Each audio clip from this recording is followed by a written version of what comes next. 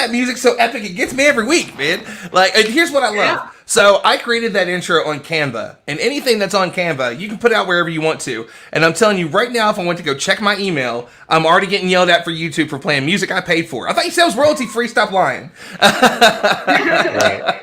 Right. So glad to be here on a Saturday night once again. I can't believe it's been 2 months since we started the show, and we have an excellent lineup tonight of folks from all over that do science, space communication, reach out to people in a variety of different ways. So we've got, I'm sure, 2 hours that will fly by. So I want to let everybody, I'm going to go around, let everybody introduce themselves, tell us about the amazing stuff that they do, and then we'll get into some conversations. Morgan, we'll go with you first. Sure. Hi, everyone. It is an absolute pleasure to be here for the first time ever. Thank you so much, Ron, for the invitation. A little bit about my background. I actually just graduated this past December with a BA in anthropology and a certification in applied anthropology. So a lot of people ask, yes, how does anthropology even tie in with space? And I do the anthropology of outer space, and my niche is doing ethnographic research or in situ research for habitat design. And I essentially just watch over people, interact with them and the environments around us to see how we can better design the habitats or the architecture for future space missions. So it's a little bit of my educational background. I'm also doing continuing education with Project Possum, which is the polar suborbital science in the upper mesosphere, class 2001, for anyone that's interested. I'm also a veteran analog astronaut of 4 missions with Mars Academy USA. And then just this past February, we did a dual habitat mission between MAU and MDRS. And outside of the professional world and education, I'm also with Students for the Exploration and Development of Space. And I am the SEDS University of North Texas chair for the upcoming Virtual Space Vision Conference this November 7th through 8th. Awesome stuff. So you don't really do a whole lot. Cool. No, Fair not enough. at all. I mean, we're good. Fair. That's cool. Good. Great way to start. You know what I mean? Nobody has to keep up with that. B, let's go to you next. Hi, everyone. My name is Bien Lee. I go by B, and I'm the founder and CEO of the Hungry Lab. And we are a global ecosystem that combines education, incubation, and a think tank to rebuild this new economy, this new Earth. And we're going through this transformation, as everyone has noticed, especially COVID has accelerated this shift.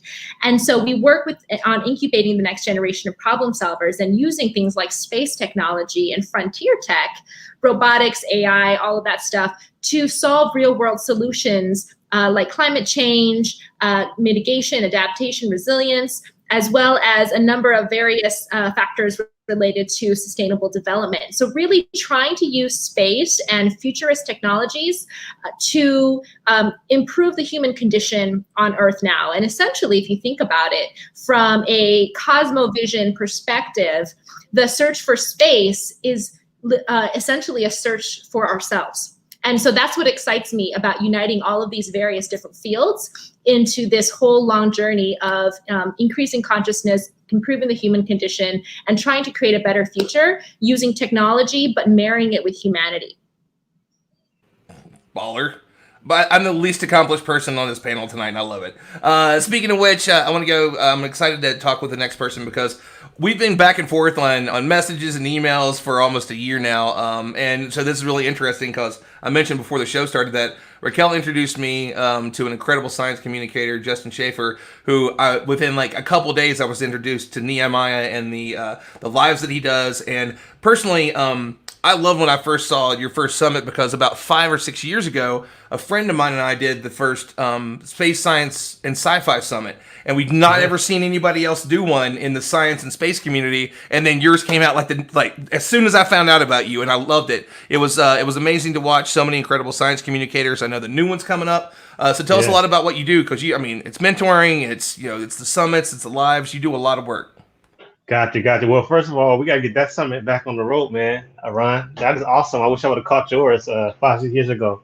But I'm happy to be here. Dr. Nehemiah Mabry is my name. I am a engineer, educator, entrepreneur, just to kind of put it in a nice little title. But I actually started my career at NASA, NASA Marshall Space Flight Center down in Huntsville, Alabama.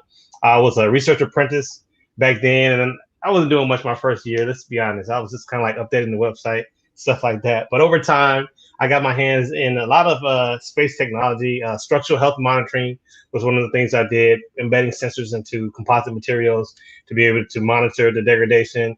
I got involved in like some combustion modeling of some of the engines there. So got a little bit of rocket science under my belt as well. Stayed at NASA for about 8+ years until I focused my career then back on, our rock here on Earth in civil engineering. So I've been doing bridge design engineering actually more recently for the last couple of years. But that's my technical trades. I am also the founder and CEO of STEM Media. STEM Media is a digital media company. We produce educational and inspirational content for the STEM community. And we're hosting exactly what you were talking about, Ron, coming up soon, our second annual STEM Success Summit with my not so subtle plug, where we bring together a lot of professionals from various STEM career fields and provide empowerment for young professionals to be able to find their successful place and purpose in a technical career. So that's me in a nutshell. I'm super excited to be here with so many esteemed panelists. And it's going to be fun. Awesome stuff. And so next we are going to go to Raquel Nina, who does a lot of great things. She was on a podcast not too long ago with somebody that I'm not really a big fan of. Nobody here has ever heard of him before. He's no big deal. Like none of us look up to him at all. Watch Cosmos every Tuesday night. There's like 6 episodes left. Raquel, go ahead. Let us know who you are. You are muted, my friend. Hi, Ron. And everyone. Thank you so much, Ron, for inviting me to be here. It's such an honor. Amazing people attending this on this panel, so I'm super excited to be here. So for me, I am currently a PhD student at UCLA. I study planetary geology. So I study the moon and I study Mars. I'm currently involved in a couple of NASA missions. One of them is the Lunar Reconnaissance Orbiter. We have an instrument on board called Diviner, which is looking at the temperature of the surface of the moon. And then the other project that I'm a little bit involved in, my advisor is the principal investigator for the ground penetrating radar that's on board the Mars 2020 rover, which I'm super excited to see, what we get out of that. I started my planetary science in my space career actually at JPL. I was an intern at the Jet Propulsion Laboratory. It's a NASA facility. And that's where I discovered, I was actually an electrical engineering major, and then I discovered planetary science. I didn't know it was a thing, fell in love with it, and decided to switch my major to geophysics and space physics. And here we are. It's awesome. It's the greatest job. Prior to that, I was in the Air Force, so I'm a veteran, and that's how I got my citizenship. I'm originally from Portugal, so I love space, and I love getting people involved in space. I do a lot of science communication online and also through talks and outreach events, and that's what I do. That's me. What was that podcast on with a stranger? No one's heard of. I was on with Neil deGrasse Tyson. I was very honored to be on the Star Talk podcast talking about the moon, which is my favorite thing to talk about. And the other thing I also work on, I help my husband's YouTube channel called Veritasium, and he makes science videos on YouTube, and I help a little bit on that as well. So go follow him, go subscribe. Yeah, because he definitely needs more subscribers.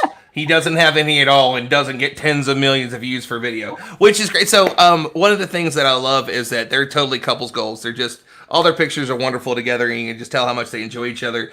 But one of the best compliments I heard her give Derek was, she's like, I'm a PhD student that's a parent. And he works as harder than I do with all the work that he puts in to craft those videos. And seriously, if you've never seen anything from him, and the interesting thing is that, so last year, Seb Leon from Boss Planet, myself and Esther went to go see her at UCLA. She gave us a tour, and we'll talk about a funny story later of somebody that she introduced. So did Morgan just disappear out of nowhere? Yeah. Was that a magic trick? She was there and she was gone. What was that? Did you all see that? That was awesome. She just apparated somewhere. She evaporated. So I was gonna say, aliens took Morgan live on this show. We just became an Alex Jones show, y'all. Like there's gonna be frog people and stuff later. But so we went to go see Raquel, and she gave us an amazing tour around UCLA, especially her division. But within the division itself, as we're walking around, there's like a little tiny museum. Like that's just about how okay, so what was it that was there was the main meteorite that was like right in the middle of the room. That's just it's incredible. It really is. That was what formed the meteor crater in Arizona. So about 50,000 years ago, this massive house-sized meteorite crashed into the desert in Arizona and created a crater. And it's the world's best preserved crater. It's beautiful, just a hole in the ground, and it's awesome. And we have a piece of it at UCLA in our meteorite gallery, and it's like 300 and something. Of course, we just have one piece of it, and it's about like 350 pounds. And it says there's a warning on it, like don't pick it up, you might mess up your back.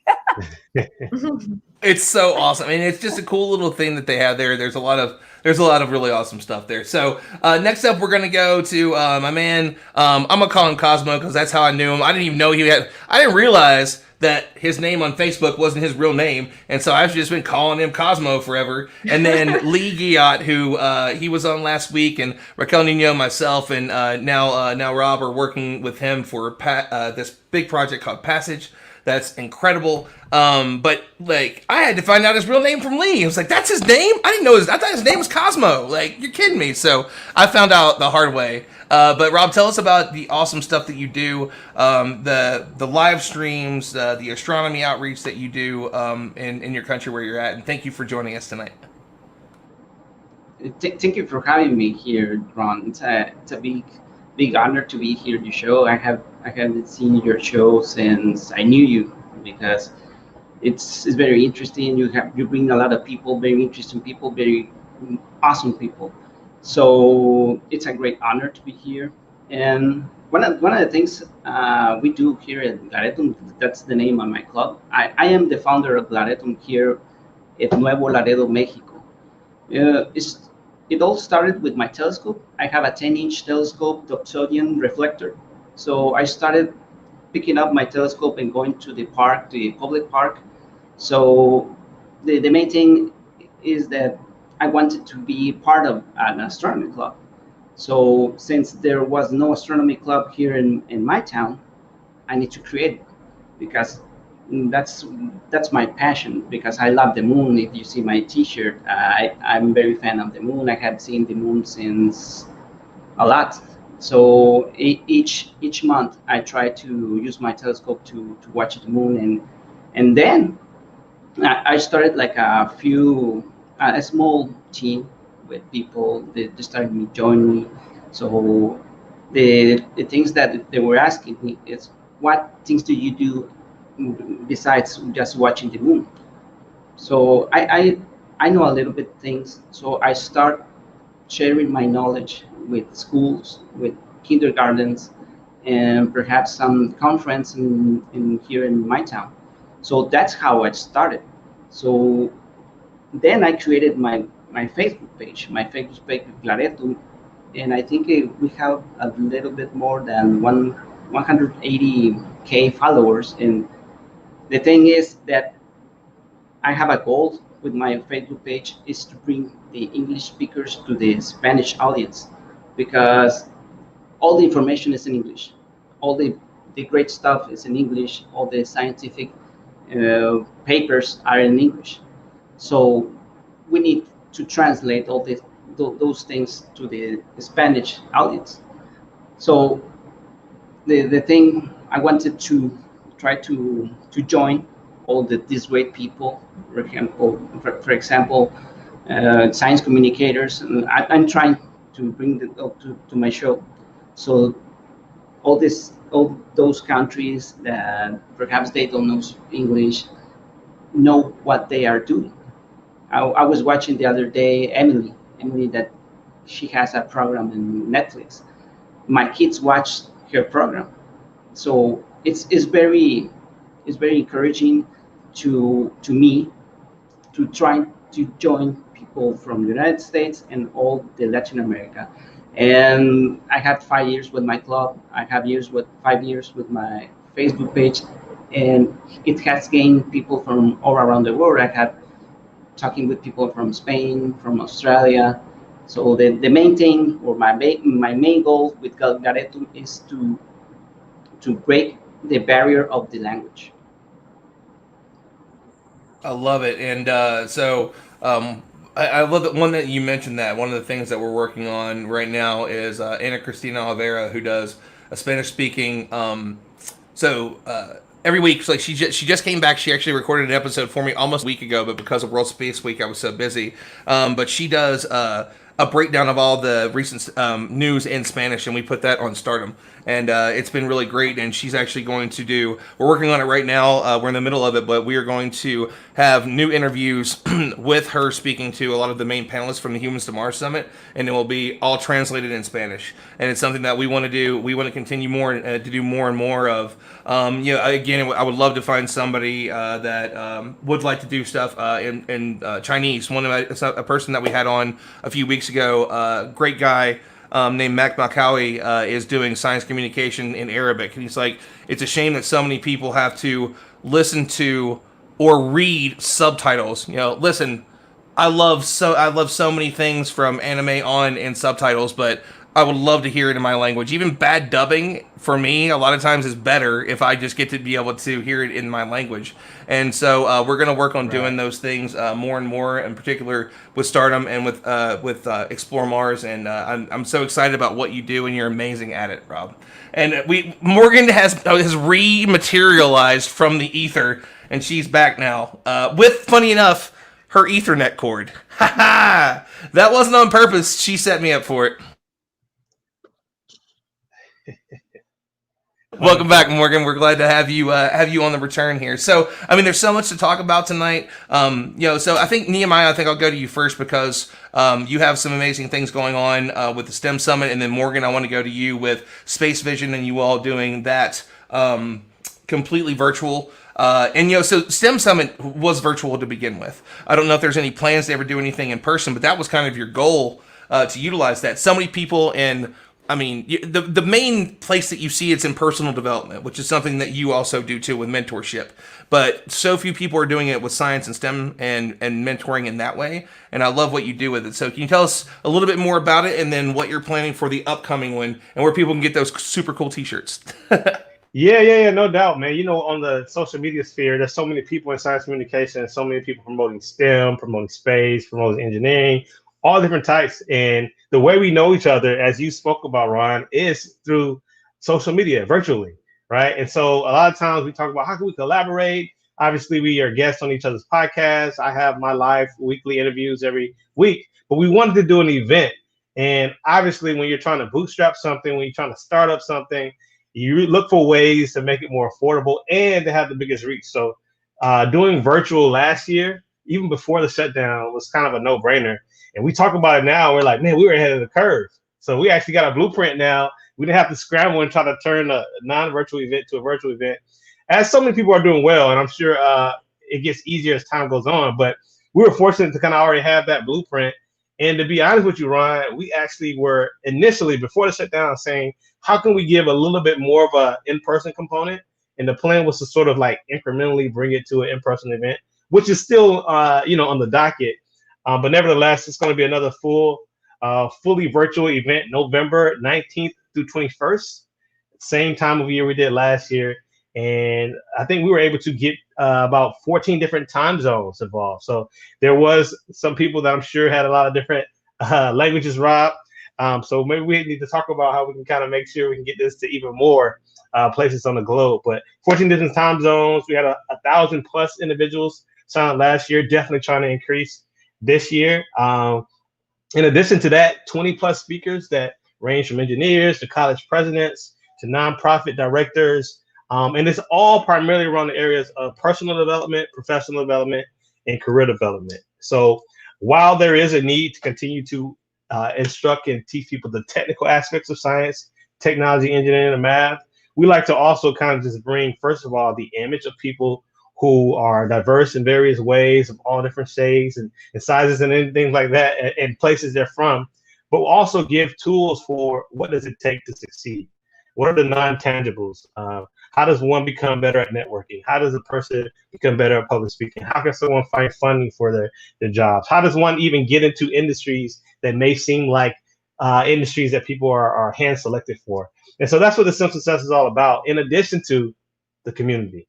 So I think if nothing else, people should consider joining to come and meet new people and to expand their network virtually, so that you always have someone who was along with you in the journey, someone's a little ahead to encourage you, and also someone that may be a few steps behind that you can encourage. So that's it, man. I'm excited about this second annual virtual summit coming up. Me too, and I'm hoping that I want to be able to, because a lot of it does happen during the day. Well, I don't know if you mentioned it or not. Last year was free. It's going to be free. It's going to be free again. Yeah. Thank you. Yeah, Absolutely. 100% free. We're not charging. We have a few sponsors on board. Still welcoming more sponsors on board as well. But the goal is, again, to try to like impact as many people as we can. And so we didn't want to put a price point that will limit people. So free is the lowest price point you can get, other than us paying you. But we're gonna keep it free. So make sure y'all come and be a part of it. There's no barrier. STEMSuccessSummit.com is the easiest URL to find it. So thanks for that. So one other question is, obviously, if it's free, can people donate to the organization? I know that people can buy T-shirts. I do know that you do T-shirts every year. Anything that people can do to help to support what it is that you're doing. I know that from what I've seen, I've never seen you be any sort of person that's like, buy my stuff, do this, do that. But there's got to be ways to support what you're doing. Yeah, 100%. There are ways to definitely support. So STEM Media is, again, the company, sort of that host organization. Justin's nonprofit, Fascinate Sci, is sort of a strategic partner in it as well. And so those are two organizations that you can reach out to directly and donate to. But in terms of just supporting in other ways, team@STEMSuccessSummit.com is our official summit email. So you can reach out if you're interested in maybe hosting a panel, being involved in some community engagement and things of that nature. We'll try to talk with you and see what ways you can support. But yeah, STEM Media is probably one of the best ways you can reach out if you're looking for sort of the host organization and sort of support. And so a DM, email, it's all good. Let's chat. Sounds great, man. If you need me to moderate something, just let me know. Email me. You got my email. I'll be glad to do it. And speaking of moderation, Morgan is working on the Space Vision virtual version. I was actually going to speak at the in-person version, and it was going to be like 2 weeks before we did Space Symposium, and now Space Vision and Space Symposium have both gone virtual. We're talking about a different panel. I'm going to moderate that one. Really excited about it. I don't know what can be talked about yet, but Morgan, please give us details. Well, let's get more in depth about SEDS first, because SEDS as an organization is incredible. There's so many people behind it. Peter Diamandis, I believe, started it when he was at Princeton. Great question, but it was 40 years ago. We're officially celebrating the 40th year anniversary this year, so it's another significant date for us, and this year, and being able to host it's such a big honor. And so, can you tell us a little bit more about like SEDS, how people can connect with it? Because it's all about students and them being engaged and having opportunities that maybe they didn't have. And again, like Peter started it. There's Dr. Tanya Harrison is part of the board of advisors. Yes. There's boards of advisors and governors and directors. Everybody calls it a different thing, and some have all three. Tell us a little bit more about the organization itself, and then what Space Vision is going to look like this year. Sure thing. So again, SEDS is Students for the Exploration and Development of Space. It is predominantly made for undergraduate students, but we are attempting to branch out more to high school students and graduate students as well to get them more involved within the space industry and community. It is open to anyone within any of those realms, and the best way to get more involved would be to follow the social media. On Twitter, we have Instagram, Facebook, and then we have our chair of the Council of Chapters, Ian Burrell, who is a fantastic advocate for SEDS USA and would be more than happy to talk with anyone about either getting involved with a chapter, or if there's no chapter nearby you, you can even join as an individual and get involved directly within the community as well. So that's a little bit about SEDS USA.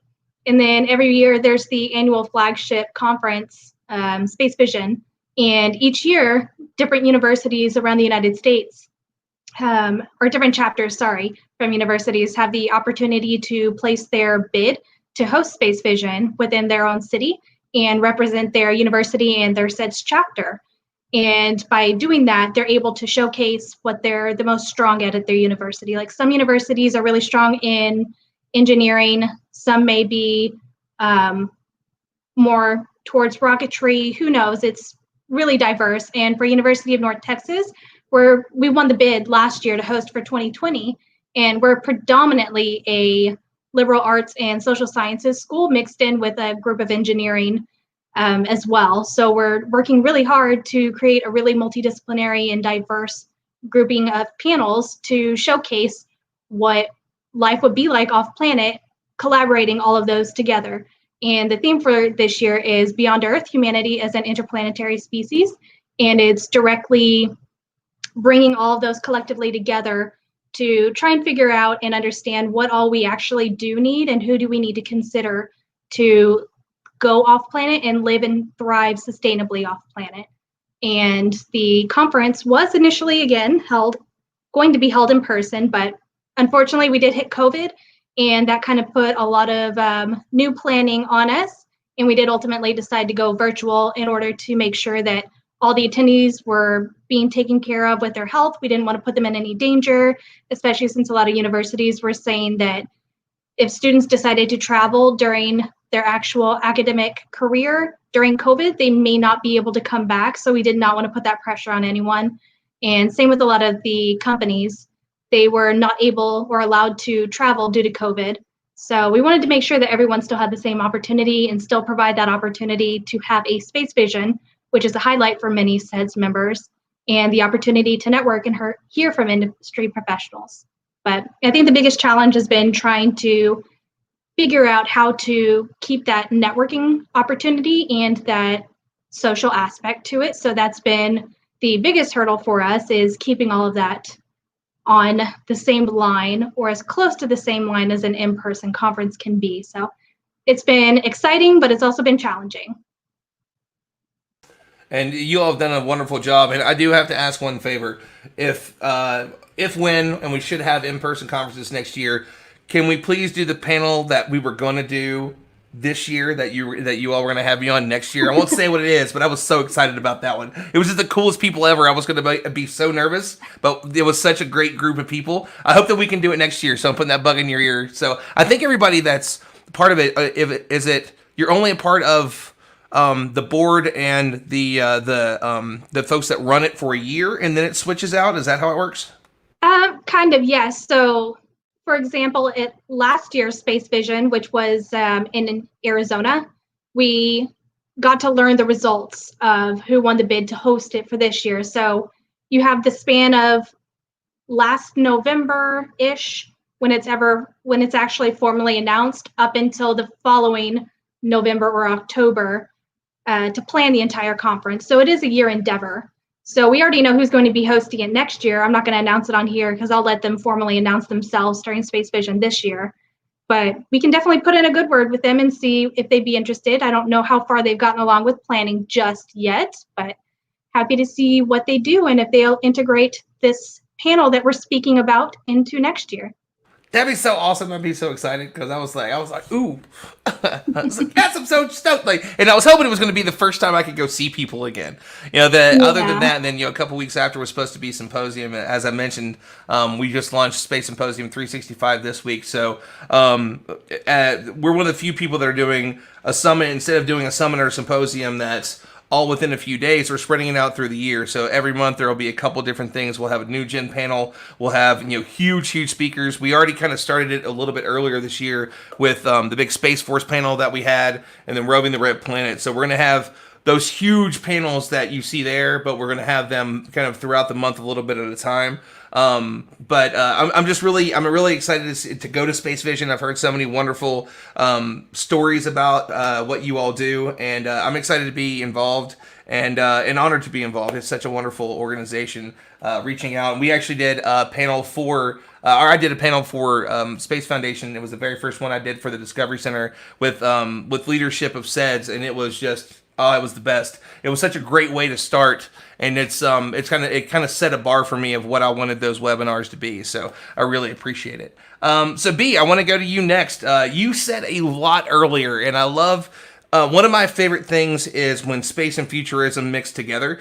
In particular, one of my original inspirations was Michio Kaku, because he would take something that's like, here's this really cool idea, and instead of you getting in something and maybe in 10 years you could, die from radiation being around, this particular gas giant, how about we download your entire consciousness, and we're going to reverse engineer the brain in the next 20 years, and we're going to beam you across the solar system and put you in a surrogate body, so that way you can fly around Titan. I'm like, oh my God, that sounds awesome. And I love that guy. And he just really inspired me on the ways that we could, of what we can do. And he mixes the two together. His books are incredible. And so I always love futurists, and I like the fact that you mix the two of them. And that's really the name, by the way, At the Hungry Futurist, is so awesome. So mixing the two for Space Together, I kind of want to hear what that looks like to you, the things that you work on. I know you've done a couple of TEDx talks. Definitely want to hear more about that.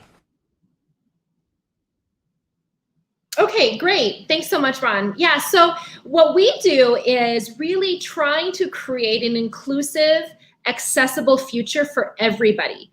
And that is something right now that COVID has really accelerated, that awakening and that shift to creating a regenerative economy, right? Because what worked in the past is what got us into trouble. And so as we see these global shifts from shareholder capitalism to stakeholder capitalism, looking at diversity and inclusion and all these fronts, we almost have to up-level and upskill ourselves as society to advance our skills to be able to better prepare and thrive in this unknown future. And to do that, you hear everybody talk about the fourth industrial revolution and the future of work. But if you look at it as an iceberg, the tip of the iceberg is future of work. But to actually prepare ourselves, we need to go one step lower beneath the water and look at the future of learning and the future of doing. Because in the future, it's not what you learn, because technologies and all of these things are becoming obsolete so fast as we improve in our exponential investigations and insights. And so to allow us to learn better, we need to fundamentally shift how we learn and how we school and how we educate. And so a lot of the work I do is on the meta skills of beyond the soft skills and beyond the STEM skills, looking at the self skills to help us create the stepping stones of learning how to learn.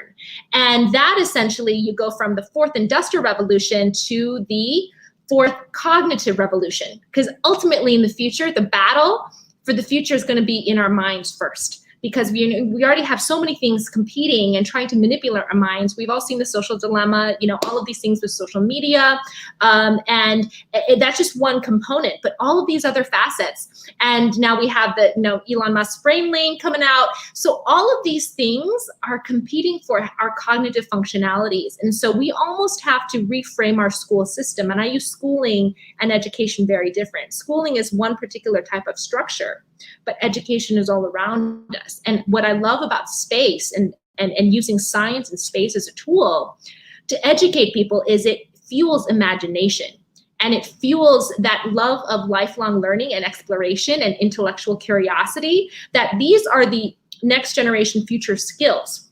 It's not going to be the engineering per se. It's not going to be the AI, the really hard technical skills.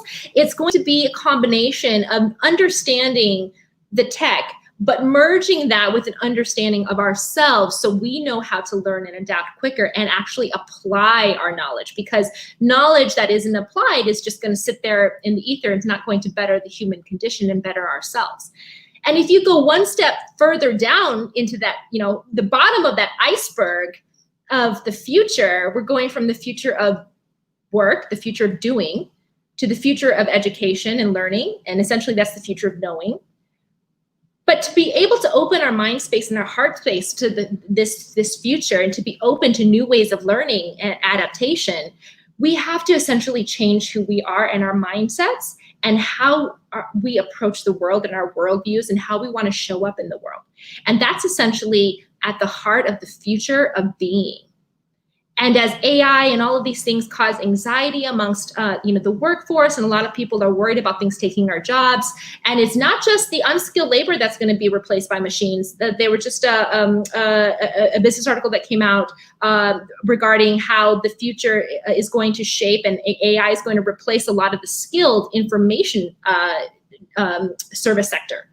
And so with that, how do we actually future-proof humanity? And it starts with the future of being, and it requires us to actually undergo this existential revolution to support the cognitive revolution, to support the industrial revolution. And so these are all of the exciting things that align, and how we actually implement these concepts in the real world to democratize learning and to democratize education is through things like space skills, future skills learning, exploration, and working with instructors, and I love to collaborate with all of you with our online Reschool of the Future, right? We're called the Hungry Lab because everybody is hungry to create something in this lifetime, right? And the greatest tragedy we face, and as an outcome, as a consequence, we see all these man-made problems. It's because the greatest tragedy we face is the waste of human potential. And imagine, they say climate scientists say that if you can plant 1 billion trees, you can reverse climate change. By that same logic, can we actually, with our existing population, reshape 1 billion human beings to help create that foundation, that educational learning and work foundation to help them pursue a better future for themselves? Can we reverse a lot of these man-made problems that we have created for ourselves? And so the reason why we're called the Hungry Lab is because everyone is hungry to create something. And how do you do that? Well, it's eat, right? Hungry, let's eat. Educate, act, and transform. So we have our online regenerative school for the future, right? We're building this regenerative future. Resilience is no longer enough. Resilience is all about it has an implicit acceptance of the status quo. But the status quo, that system, is what got us into trouble in the first place. And it's what denied so many people the ability to access a brighter future. And it's made, and so that's why we want to democratize learning, democratize education, and democratize that transformational process so everybody can have their pathway. And if you want to navigate a complex, unknown future, you have to have a map. And MAP is a program that we've created. Mindset training, because that's the most important skill for the future, is actually not it's skill. It's actually mindset. Application, right? Taking everything you learned and applying it to bettering your livelihood, your society, your community.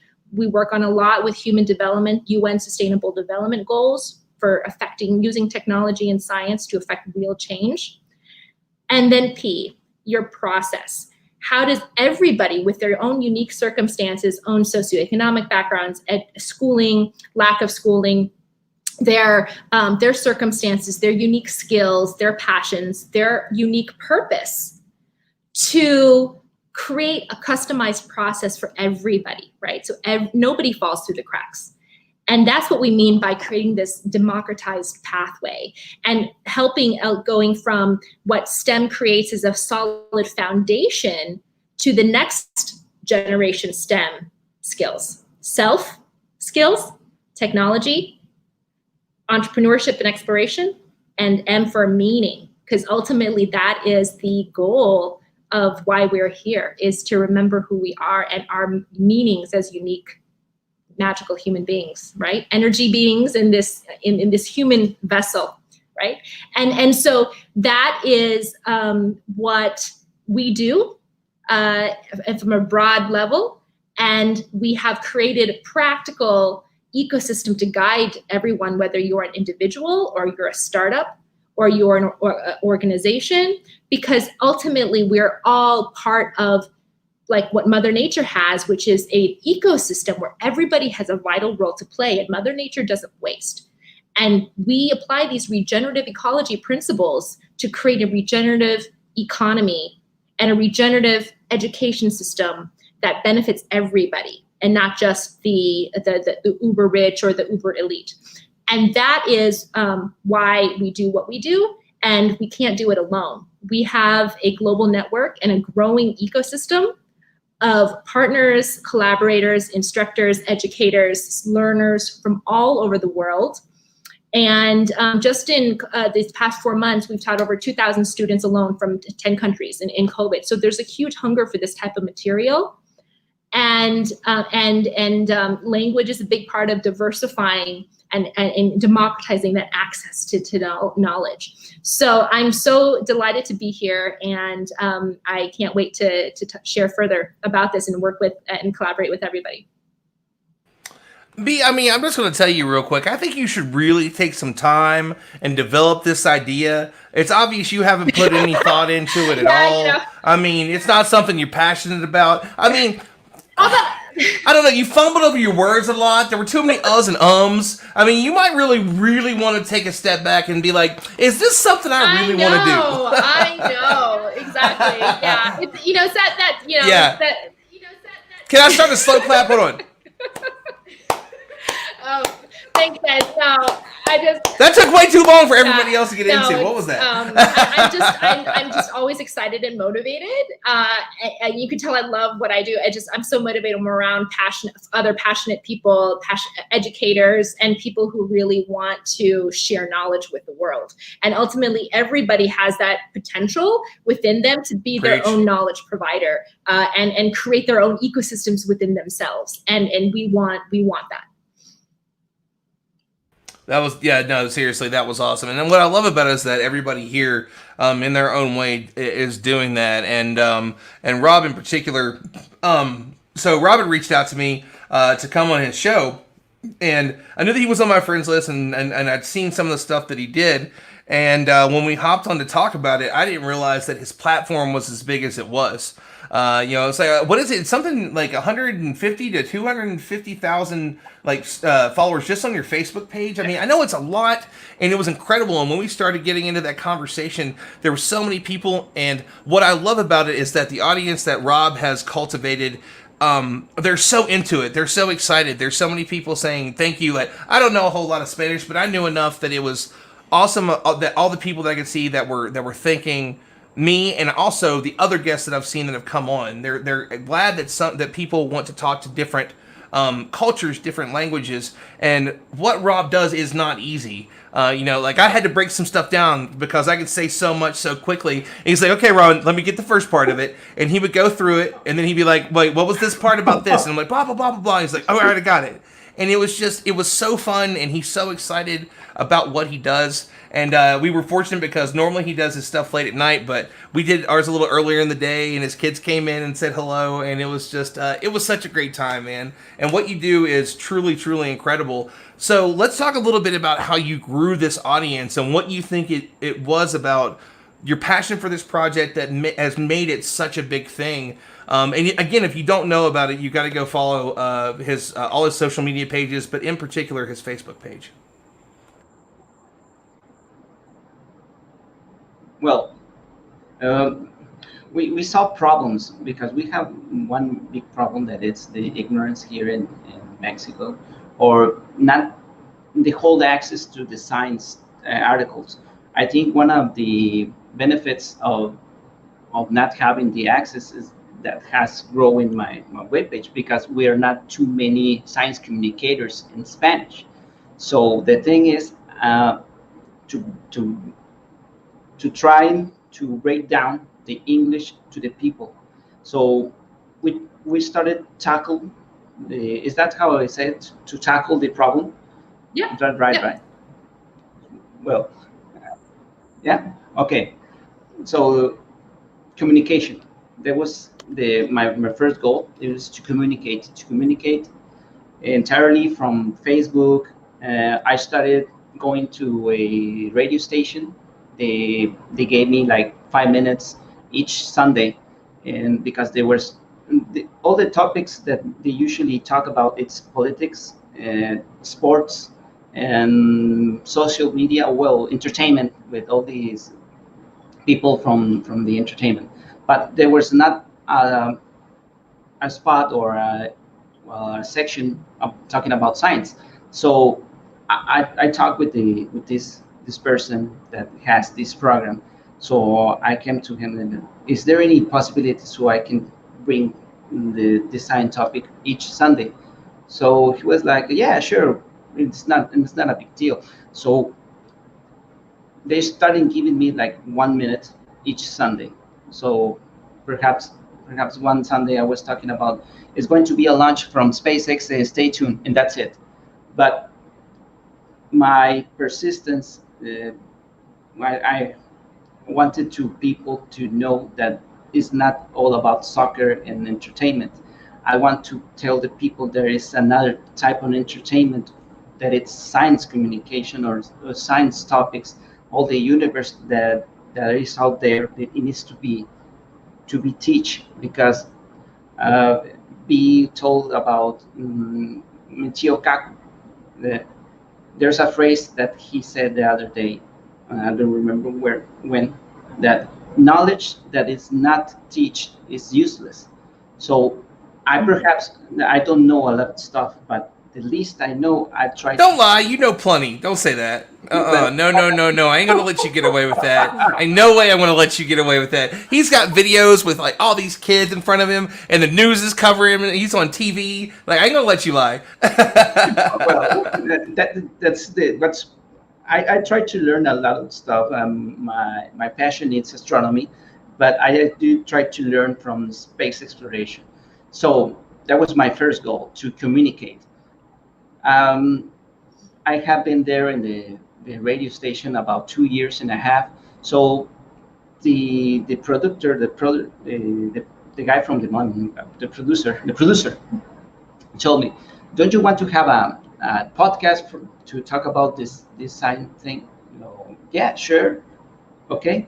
So I started the podcast last year, now like a year and a half. So I started making the podcast only in Spotify. So we gained people. They were seeing that we were interviewing, having guests from all around the world, from Spain, from Argentina, from Uruguay, from Ecuador. So it gained like it gained importance for them. So this year I started with a live show on the radio station, and this for us is it's a lot, because it's the first time that here in Nuevo Laredo is a astronomy and it's space exploration radio program for 1 hour. So that's what that was the one of the goals. The other problem that we have is the children, okay, because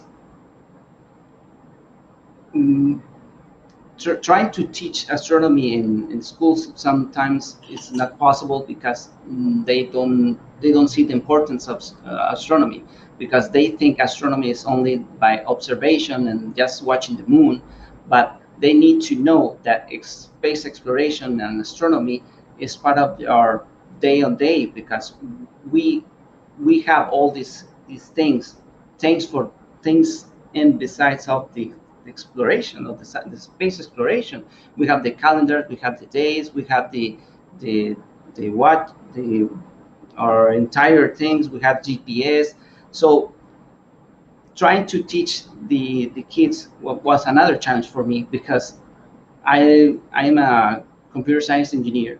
So I had to learn how to teach to the kids, like a teacher. So my wife started helping me. We started making activities for trying to go to different schools. I spent like year and a half going to schools, perhaps one school per month. So that's how we started teaching science. Then we had another problem, that is we don't have the like collaboration in citizen science. Citizen science. Well, in this year we collaborate in citizen science with counting, as asteroid counting. Is that how to say? Asteroid. Sorry. I don't know why I'm coughing out of nowhere. I just choked on my own spit because that's the kind of person I am. I'm just sitting here by myself, like, oh, I'm going to speak for the first time. Asteroid counting. I'm not sure what. Yeah, like, yeah. Just, I mean, well, probably just keep up, maybe cataloging it.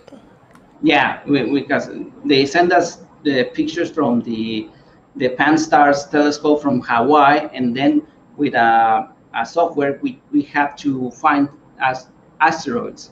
So we publish the report to the Pan-STARRS, and they say if it is an asteroid or not. So our club this year was the first time that participates.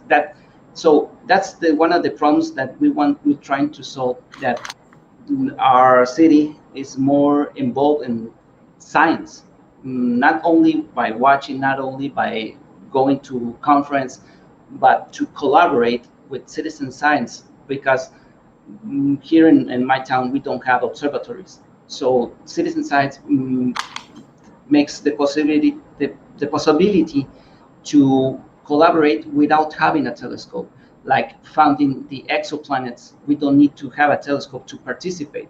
Like asteroid, exoplanets, and like I think there's another program from the NASA that can invite people from all around the world to find black holes, I think. But that's one of the things that we're trying to implement here, that each and every year trying to be present, because this year we were the only team from Mexico, and in that campaign we were only 4 persons from Mexico participating on asteroid hunting. And that's, for us, it's a lot, because we see people from India, we see people from the United States, we see people from UK, we see a lots of people from all around the world, but Mexico, it's one of the countries that is not present in those things. So our next goal is to next year try to involve those schools that we have gone to teach astronomy, not to only hear astronomy, but to be part of this citizen science.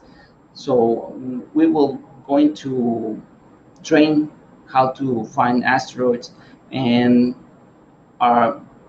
one of our biggest goal is that Nuevo Laredo has an astronomy community very filled with people passionate about it, and I think it's going to be a hard, but we're making it step by step. So there are plenty of things that we need to solve, because communication, bringing the astronomy to the schools, trying to bring citizen science to the people, everybody can know, and everybody can collaborate. And the last part that we are doing is our Facebook page.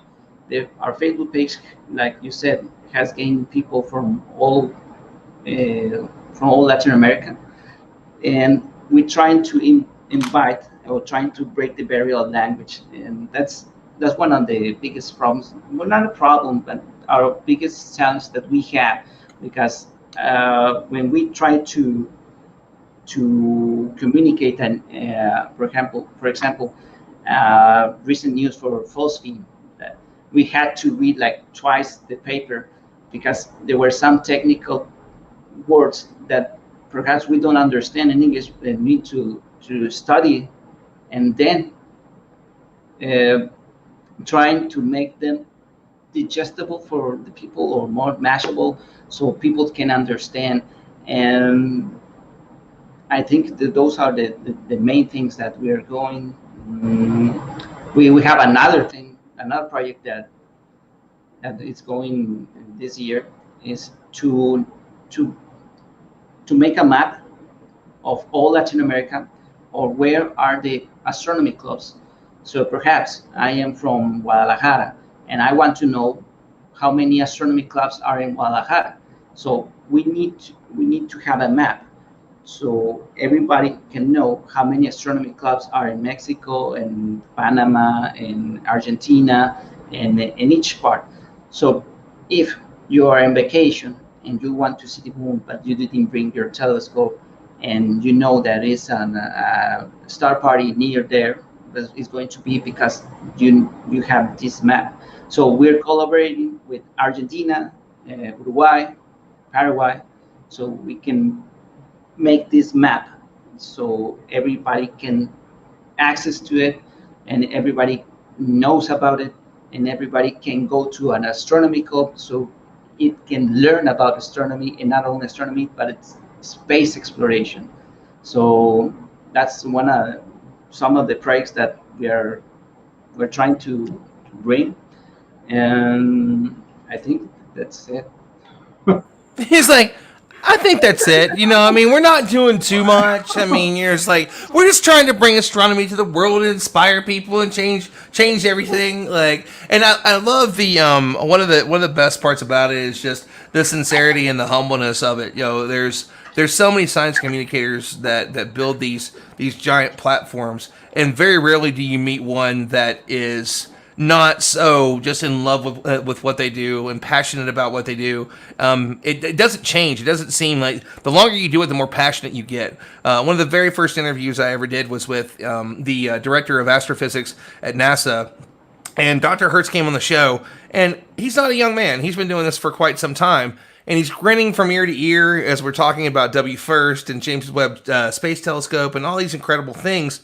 They still love it. The longer you do it, the best that it is. Snyder Smith, and I love this. He's like, this has got to be the laziest panel ever. When do they breathe? Because there's just so much to talk about.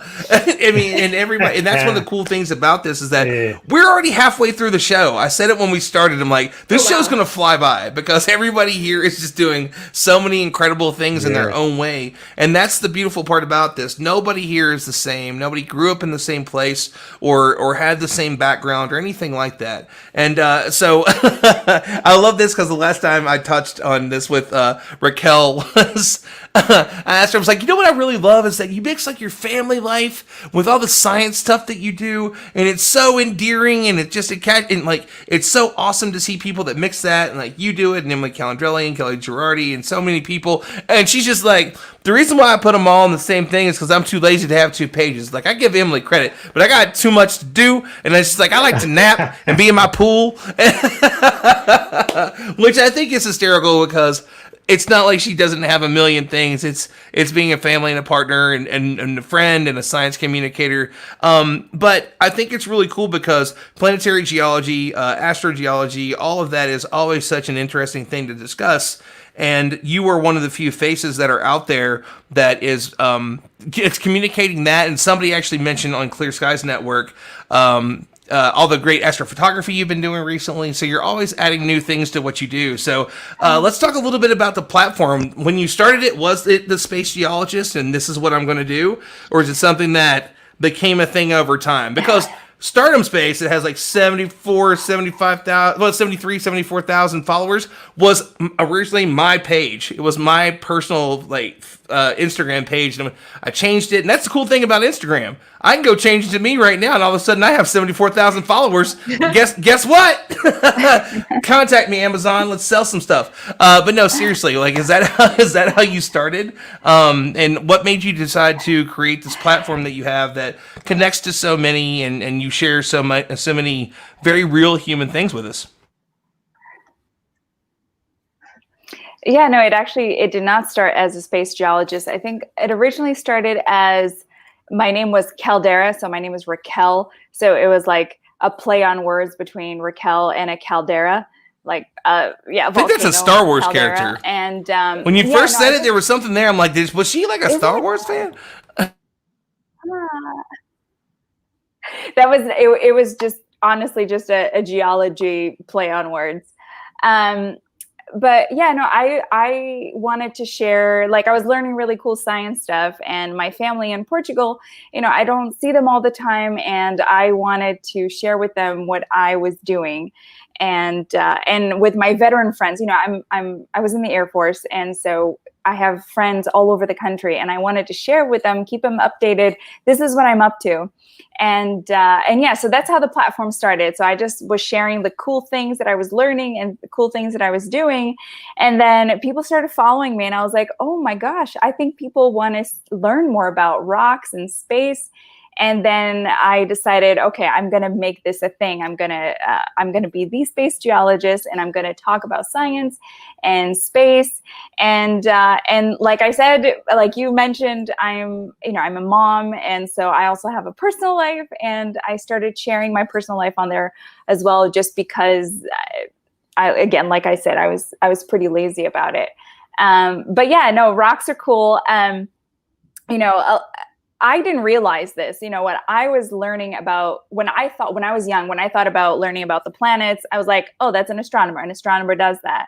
And it wasn't until my internship at JPL, at NASA JPL, the Jet Propulsion Laboratory, that I learned about the field of planetary science and planetary geology. A lot of these missions are being planned by the geologists to go to these terrestrial objects, whether they're moons or planets, to learn about how they're formed. And I realized that's exactly what I want to do. I want to figure out how the solar system formed. How did the planets form? How did the moons form? And that was the field. And I was just so excited about it. And I wanted to share all these things that I was learning with other people. And it started resonating with people. People were excited to learn along with me.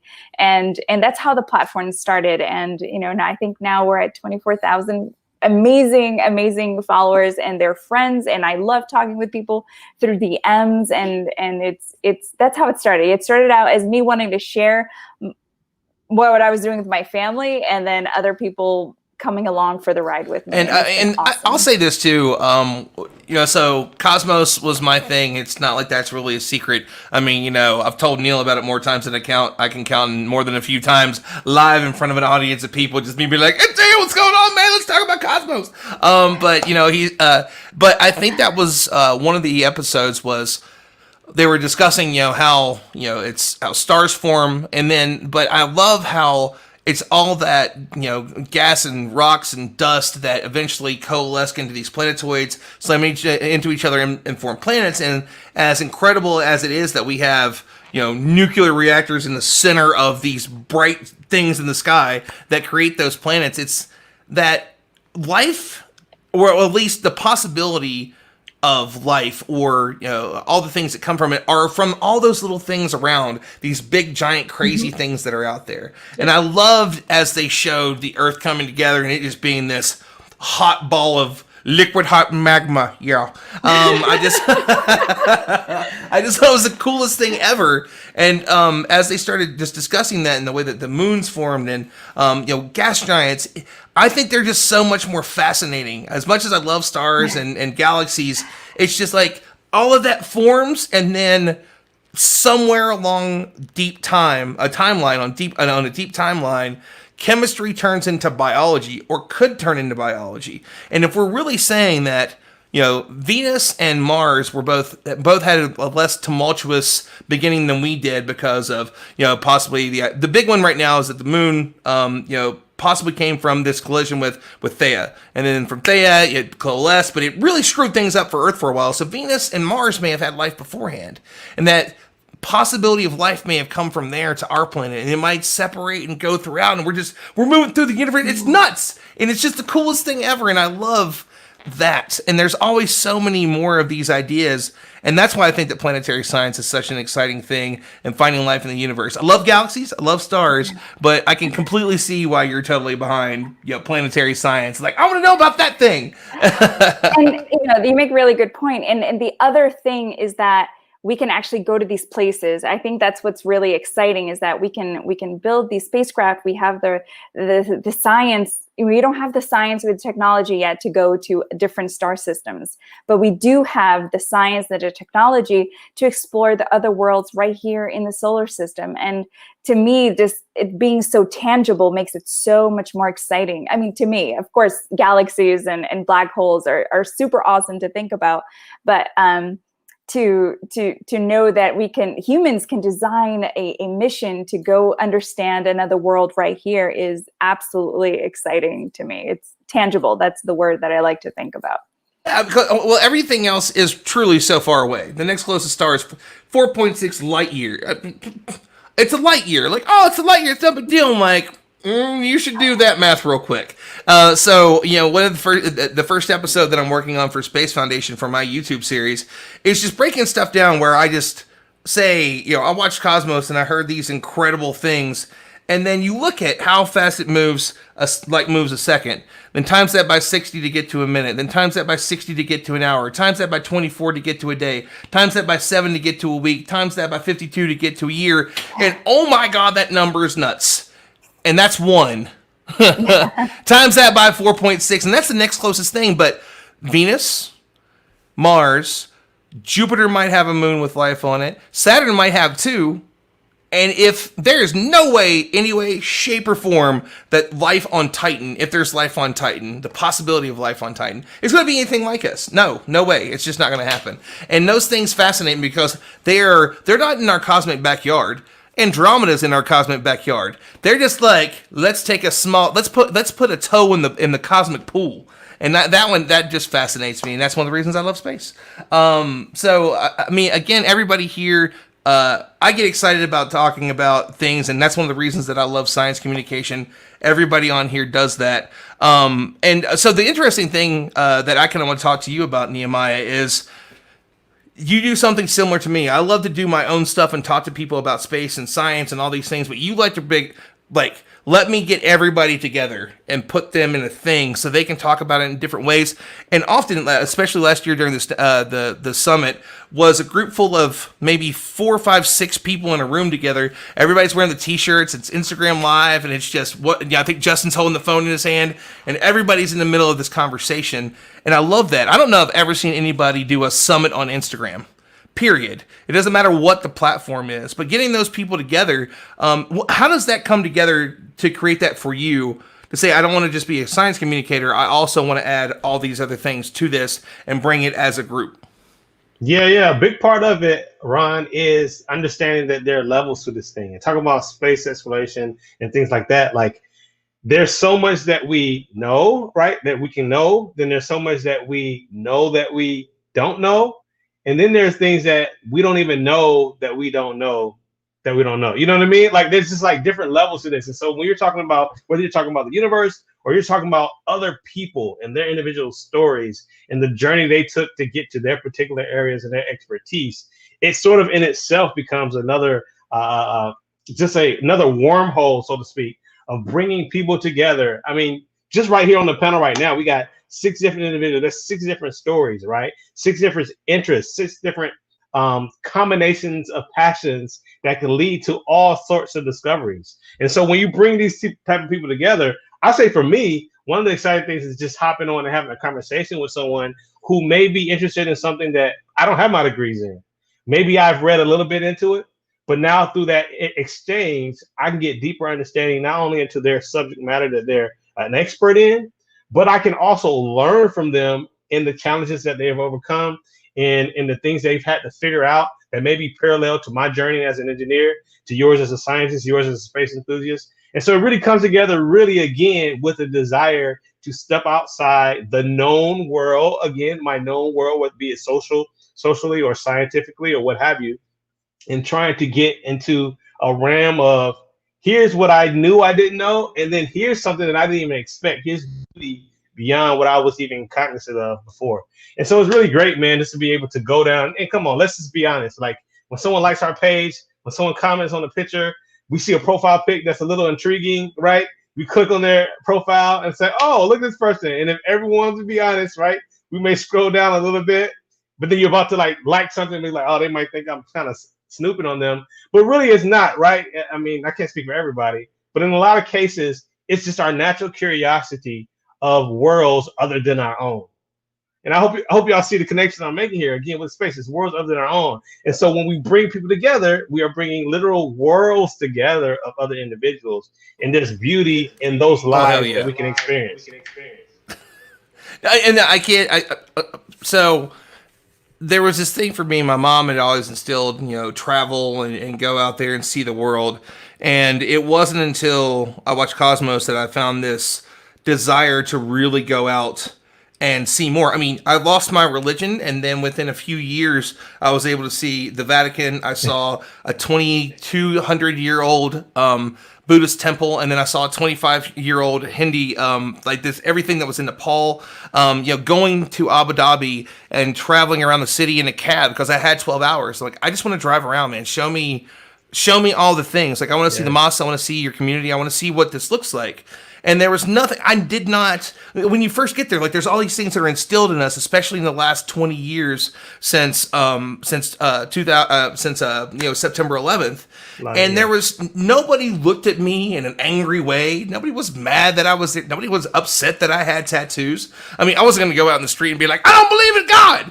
That's going to be crazy. You know what I mean? Because people are going to get mad about that. But I mean, it was still, everybody was kind. And then when I came back to go back in, I couldn't help but crack up because right across the street's like a really nice hotel, and there's a McDonald's at the bottom of it at the airport. I'm like, cheeseburger! Woo! I was so excited. Seen that before, yeah. Yeah, I was so excited. Like, I don't even like McDonald's, but I know this is going to be one of the last things that I'm used to food-wise until I get to Nepal. I mean, that trek to Everest Base Camp is, once you get into Lukla, that 2 weeks, they don't eat meat. That's not part of their culture. Like, the only thing that you see up as you go up the mountain is it's vegetarian food, it's vegan food. The most might be a cheese, and that's really about it. And then you're gonna see some yaks that might knock you off the mountain. So make sure you're on the inside of them because it'd be mad like, get out of my way. But other than that, it was this beautiful thing that said, we all came from this same place. And I love that there's the t-shirts that say we are all Africans. And I love the way that Bill Nye describes it, where he talks about, it's like the only reason for different skin colors and all of this is just, we're talking about latitude and time. It's just, we moved to this place. There was snow instead of a savanna. And so what happened? And I love the way that Cosmos did it, because they did it with a black bear. And they talk about a black bear moving north. And because of genetic changes, the polar bear was the thing that became the most dominant point of that area. And as I didn't even get it at first, and I came back, I'm like, did Cosmos just be like, basically give the middle finger to the idea of race? Because that's the greatest thing ever. Like, we are all the same race. We're all the same people. And I love that science gives us that. And I'm not saying that for a lot of people that religion doesn't do that, but there's something special about it. It's like, here is the facts that we know that say that we are all the same. And on the outside, there's nothing that's different about you because your skin is a different color. You are all the same. I mean, quite literally past that color. Like the top surface thing, everything else about you. Your language is just a different way for you to communicate. It does not make you a less of a person because I can't understand what you're saying. It's just, those things always fascinated me. And science made me really look outside of that and want to see more of it. The more that you travel, the more that you realize that what they're telling you is not the truth about the world. And science is a big part of that. And it's very much a bit of what you said. And I think that, it's something that's big with, what B was talking about earlier with futurism. It's a crazy time in the world right now. But that's normally when we break through things. We saw this in the 60s with all the civil unrest that was going on at the time. But what did we do? Even though it was a bunch of middle-aged white guys, when we landed on the moon, we landed on the moon. The whole world landed on the moon. Everybody's going to watch that when we land on Mars. And in 50 years, which, like, even in human time is the blink of an eye, look how much we've changed. It's going to be the world that goes to Mars. It's going to be people from all different backgrounds, and we're all excited about that. And I think that's a really exciting thing. So as a futurist for you, and the Space for All, for this week during World Space Week, we did Space Unites with the Space Foundation. These things are really powerful, impactful things that we're bringing everybody into this. So as a futurist, what does that kind of look like to you of all of us connecting together this democratization of education, the way that we're going to learn moving forward? For me, I'm a big Sal Khan fan. His TEDx talk, the very first TEDx talk he did talking about Khan Academy, that one changed the game. But I want to kind of go to you on this one first, and then I'll nerd out about how much I love Sal. Great. So that's a fantastic question. I think where I come from, and I can talk about a physical world explanation and also a non-physical world explanation. That might sound a bit woo-woo, but it's all based in quantum physics. So talking about we're all human, there's no race. I mean, to quote Carl Sagan, we're all stardust. right? At the end of the day. And I think it's with, going to Mars, the internationalization of, space exploration, you really realize, when you're out there, looking at this pale blue dot of Earth, you don't see borders, right? You don't see artificial social constructs. You just see people. And that is what truly unifies us when we realize and we take a step back. And I love Carl Sagan's pale blue dot speech when, on the picture of Earth from the Voyager spacecraft. And it is a profound experience when you realize that we can rise above all of these small, petty, human to human conflicts and things like that. At the end of the day, don't matter when you view it from the vastness of space. And it's in this smallness that makes us actually one with the universe and highlights how amazing we are. Like Neil deGrasse Tyson said, CHOPS, carbon, hydrogen, oxygen, phosphorus, sulfur, right? The same components that make up the universe are in same proportion to what makes us up ourselves. And so we are special and divine because we are the universe in its image. We are part of it. And ultimately, that is that connection from ancient indigenous wisdom and that cosmovision and that ancient, whether it was the Vedas and the Vedic connection to the stars or ancient Mayan traditions, it was all about this, the search from within. And there's a Sanskrit saying from the Vedas, yata pinde tata brahmande. I'm totally butchering the Sanskrit. But essence, it is another way of saying what modern quantum science has shown us is that as is the atom, so is the universe. And so when we understand that and we peel apart all of these, superficial, artificial realities, we break down our own reality into, as Tesla would say, energies, frequencies, and vibrations. And we realize that we as individuals, no matter how small, have the power to shape and shift this collective consciousness to a brighter direction. Because it's about the power of our thoughts, the power of our energies, and collectively, if we are all, if we look at history, we have had the power to change the course of history, as MLK would say. The arc of the moral universe is long, but it points to justice, and nothing has ever happened without being an idea first, starting in the imagination. And Einstein would say that imagination is much more important than knowledge. Knowledge takes you from A to B. Imagination takes you everywhere. And so since we were cavemen, looking up at the stars, we imagined what is out there and who we are. And that same wonderment helps us navigate these harsh times because, one, it gives us perspective of truly what matters and what doesn't.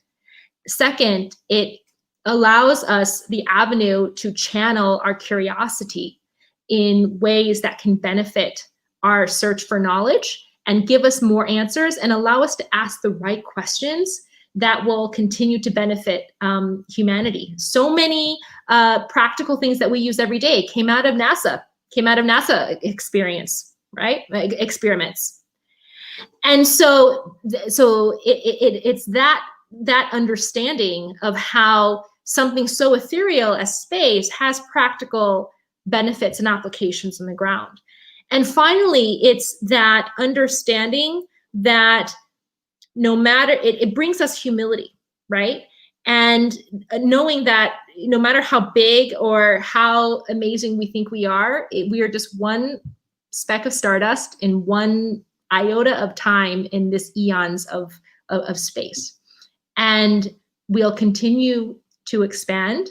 Nature is fractal, space is fractal. And so if you look at how we need to design a brighter future and allow everybody to grow, it's fractal in nature.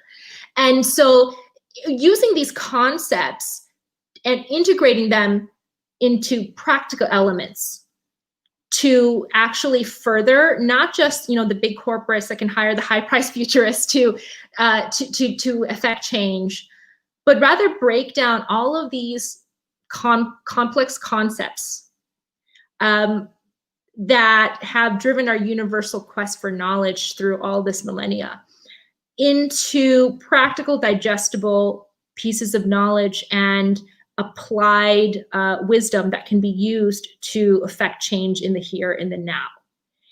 And that's what I love about the work that I do. And if I may share a quote, I actually have this on my phone, and I look at it from time to time. No quotes. You're not doing. Listen.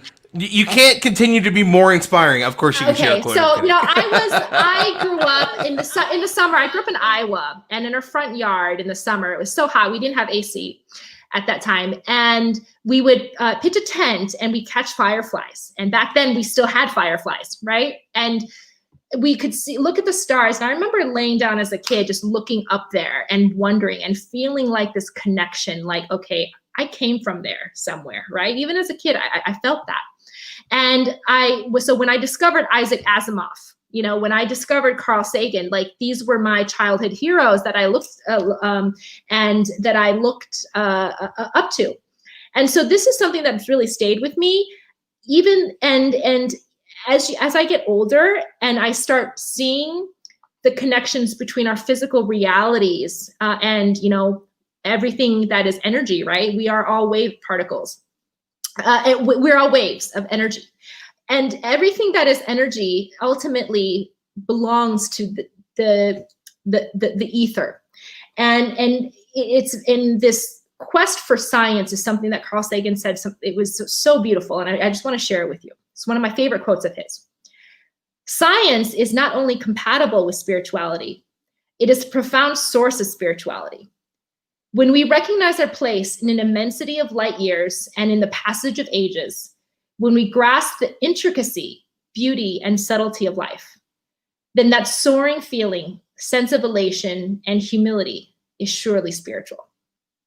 And so that is that inspiration and that motivation that, like, through the work that we do at the Hungry Lab, want to instill in every single person so that they feel empowered and inspired to carve a place in the future for themselves and stake their claim in it. I mean, seriously, well, one, that's awesome, and I love that. So, I guess what I'll say is I'll kind of plant my flag real quick here is that, so spirituality, religion, those things that that a lot of people subscribe to are not normally something that is for me. I gave a lot of that up, and as I mentioned earlier, that's kind of connected me in a different way. But Sam Harris, Christopher Hitchens, Carl, all people that basically said there's no evidence for that.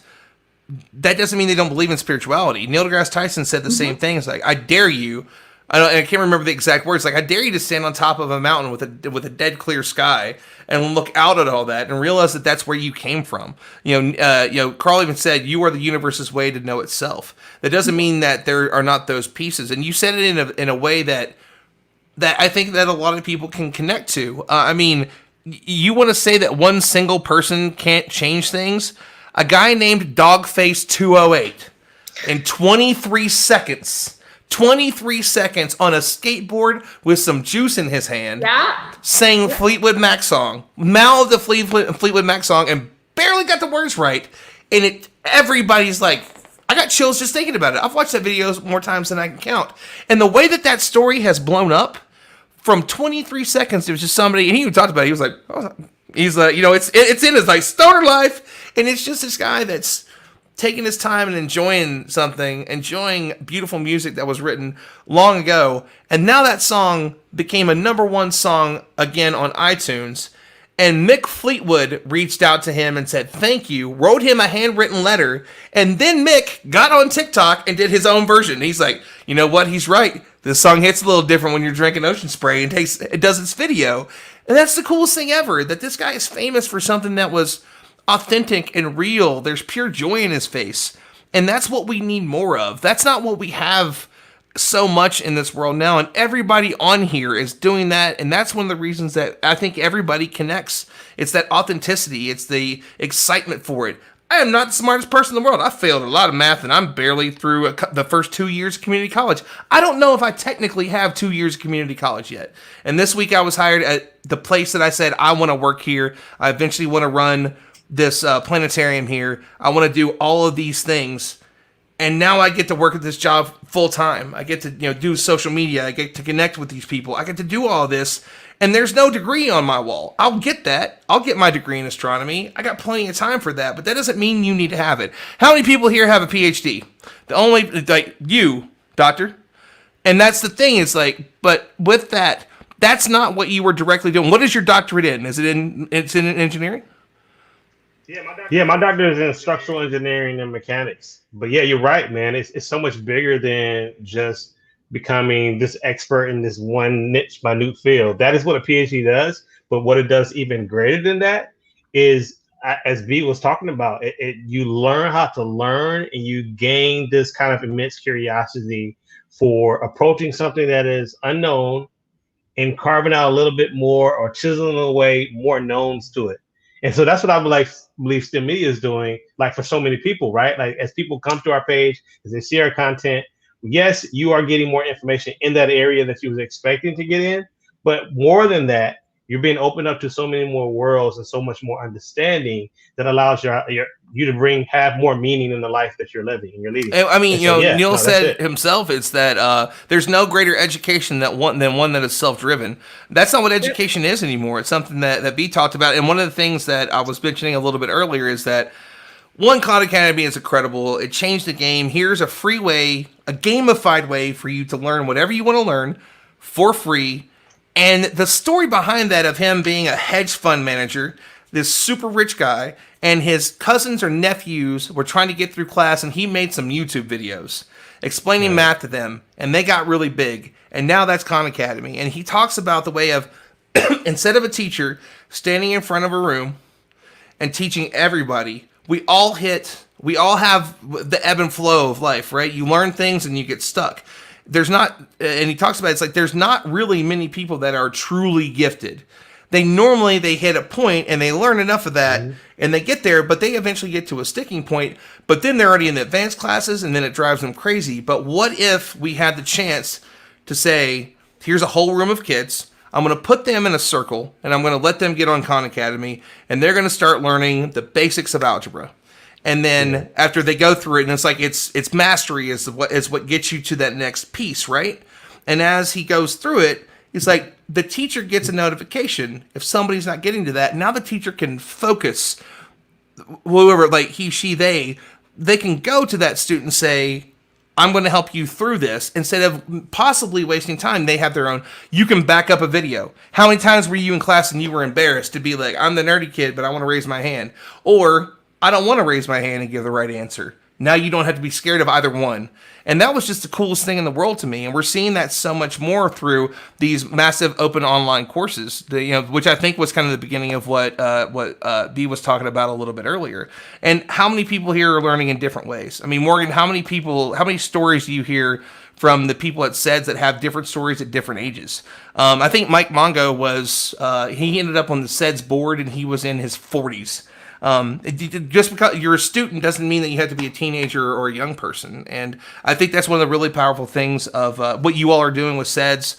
And there's SEDS Cast, there's SEDS Talk, there's all the work that you all are doing. So I definitely want to pick your brain a little bit about this, and how people within this organization that you all inspire, the different ways that you see people inspired, what you all are doing to reach. Now you're moving to high schools.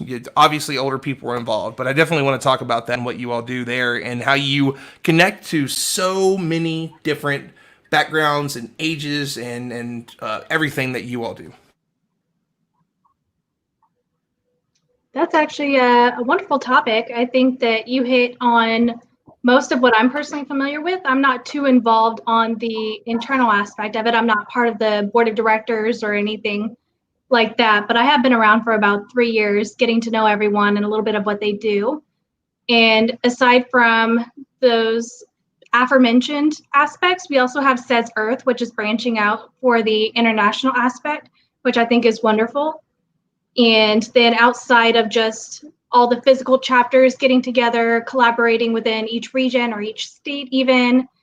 There are all the virtual aspects going on now, especially more so with COVID popping up. But there's a ton of different various virtual meetings that chapters can attend and learn more about what's going on with other chapters across the globe or within their own region or state, whatever, really. So I think that that's been a monumental achievement within just the last maybe 4 to 5 years within SEDS, is how much we've gone through communication changes and going virtual and uplifting one another and sharing each other's stories, especially all the different projects with one another. So I think that's probably the most I can speak on behalf of that, just because I don't have the most intense background or internal knowledge on SEDS USA. Oh, sure. And well, I mean, there was a lot of crazy there. Well, and one of the things I want to talk about too is that while Raquel might look like she's only 22 years old, you know, she's working on her PhD. And we've got great skin, Raquel. We talked about this before. I don't know what the hell I am. I still don't have a clue. I'm still waiting on my stuff. But for whatever reason, like, I got lucky. I just found my first gray like a month before I turned 39. Woo. But this is something you've been working on and off for a very long time. And but you still work with, like, we reached out to you with H2M about getting to college students, and I think we're seeing more and more people saying that you can take these chances later in life to do the things that you want to do. What keeps you moving through this? Because you're inching this because you're an adult with a family, and it's just, and you also have, your partner is also heavily into the work that he's doing. That's a totally different version of science communication. We haven't even talked about what like real true YouTubers like Derek does and what Tim Dodd does. Tim Dodd was a photographer.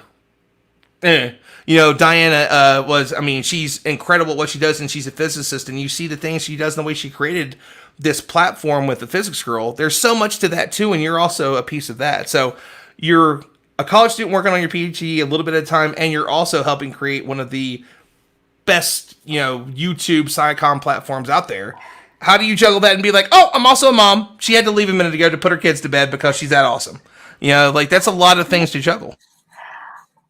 It is, but that's part of being human. And, you know, we all have, when I was 21, I thought there was a certain timeline I thought that you needed to do. You know, you finish college, and then you get a job, and then you meet a partner, and then you have kids. I always thought that was the definition of success. And then when I didn't go through that, you know, I was in the military, and then I didn't graduate college until I was 28. There was a part of me that felt like a failure. Because I wasn't fulfilling that timeline that I thought that I needed to be on. And then I finally realized, like, everyone is on a different timeline. It does not matter that I'm 28 and just finishing my undergrad, you know, or if you're 50 and just starting college. The importance is that you don't let your age stop you from pursuing your dreams. You know, you have a lifetime. I think the worst thing for me is I'm at the end of my life and looking back and say, hey, you didn't do that because you were afraid of something. That I hate that idea. To me, that is the antithesis of everything that we have, the potential of humanity. We have this lifetime, and to think that we only have like a quarter of that life to fulfill all those things is completely unrealistic. And that I hope doesn't deter people. But I get a lot of messages from people being like, hey, I'm 26. Is it too late for me to start my PhD? I'm like, no, I'm 36 years old and I'm still not finished with my PhD. You know, you have a lifetime, you know, live your life, do what you have to do. And while you're doing it, you know, there's plenty of time to to go back to your passions or to start your passions. It's never too late. And yeah, motherhood is actually, I think that I've actually become more time efficient. I used to like be a terrible procrastinator. I'm still a terrible procrastinator, but I feel like now actually, because I do have so much going on, I'm better at time management, because I know that I can only work after my kids go to sleep. So once my kids go to bed, that's when I usually end up doing my work. And I'm honestly super honored and privileged to be part of the science communication community and to help people, find their way into science, and later on in life or when they're young. There's a space for everyone. There's an opportunity for everyone, for science, for space exploration. We need scientists, we need artists, we need communication experts. And there's just, Beyond said that, one of the greatest tragedies is the waste of human potential. And I would hate for people to think that they can't do something because they're a certain age, or because they only speak a certain language, or because they're from a different country. Or I want everyone to feel like they belong in science, because science needs everyone. We need, there's going to be new problems in the future that need to be solved that we don't even think about yet. And we need all the diversity that we can, age diversity, background diversity, language diversity. And that's why I'm super excited about, science communication. If people seeing a mom do science inspires them, an older person, I'm not older, but a person who's 36. That's a big thing, right? Like, oh, you're in your 30s, you're in your late 30s or your 40s, you're older. I'm like, you're not halfway through. And if we're talking about modern science, like if Michio's right, like there's a lot of us, Dr. Kaku might be like, well, you might be the first person. I think it was, I can't even remember. It was like one of Barbara Walters' last specials was the first person to live to 150 years old is alive right now. They're under 35. And that's one of the coolest things. And that was some time ago. And I was under 35. I'm like, I want to live to 150. Like, rebuild me. Like, 3D print the liver and heart and all the things I ruined when I was young and stupid, and let me go on this adventure. And I think that's a really big piece of that. Yeah, no, I agree. There's so much potential out there at all different stages of life. And, I don't want people to think that age is a factor in preventing them from achieving and from doing what they want to do. So, and I think there's something to that too, is that if you are older, it's not something that if you're doing it now, if you're going after a passion, I mean, I didn't only drop out of high school, I dropped out of high school because of bullying so bad that when the people apologized to me for doing what they did to me, most of them broke down in tears when they told me that they were sorry for the things that they had done to me. So it's not like I was just, for whatever reason, there wasn't any challenges other than the challenges that I went through for being different. It's like, you take the gel out of my hair is a little too curly. Why are you freckled? Why don't you like sports? Didn't have a dad, had all these different challenges that I went through. And of course, those things did mold me into the person that I am. But how many people find themselves later in life and find that passion that they want to go out and chase these dreams that they have?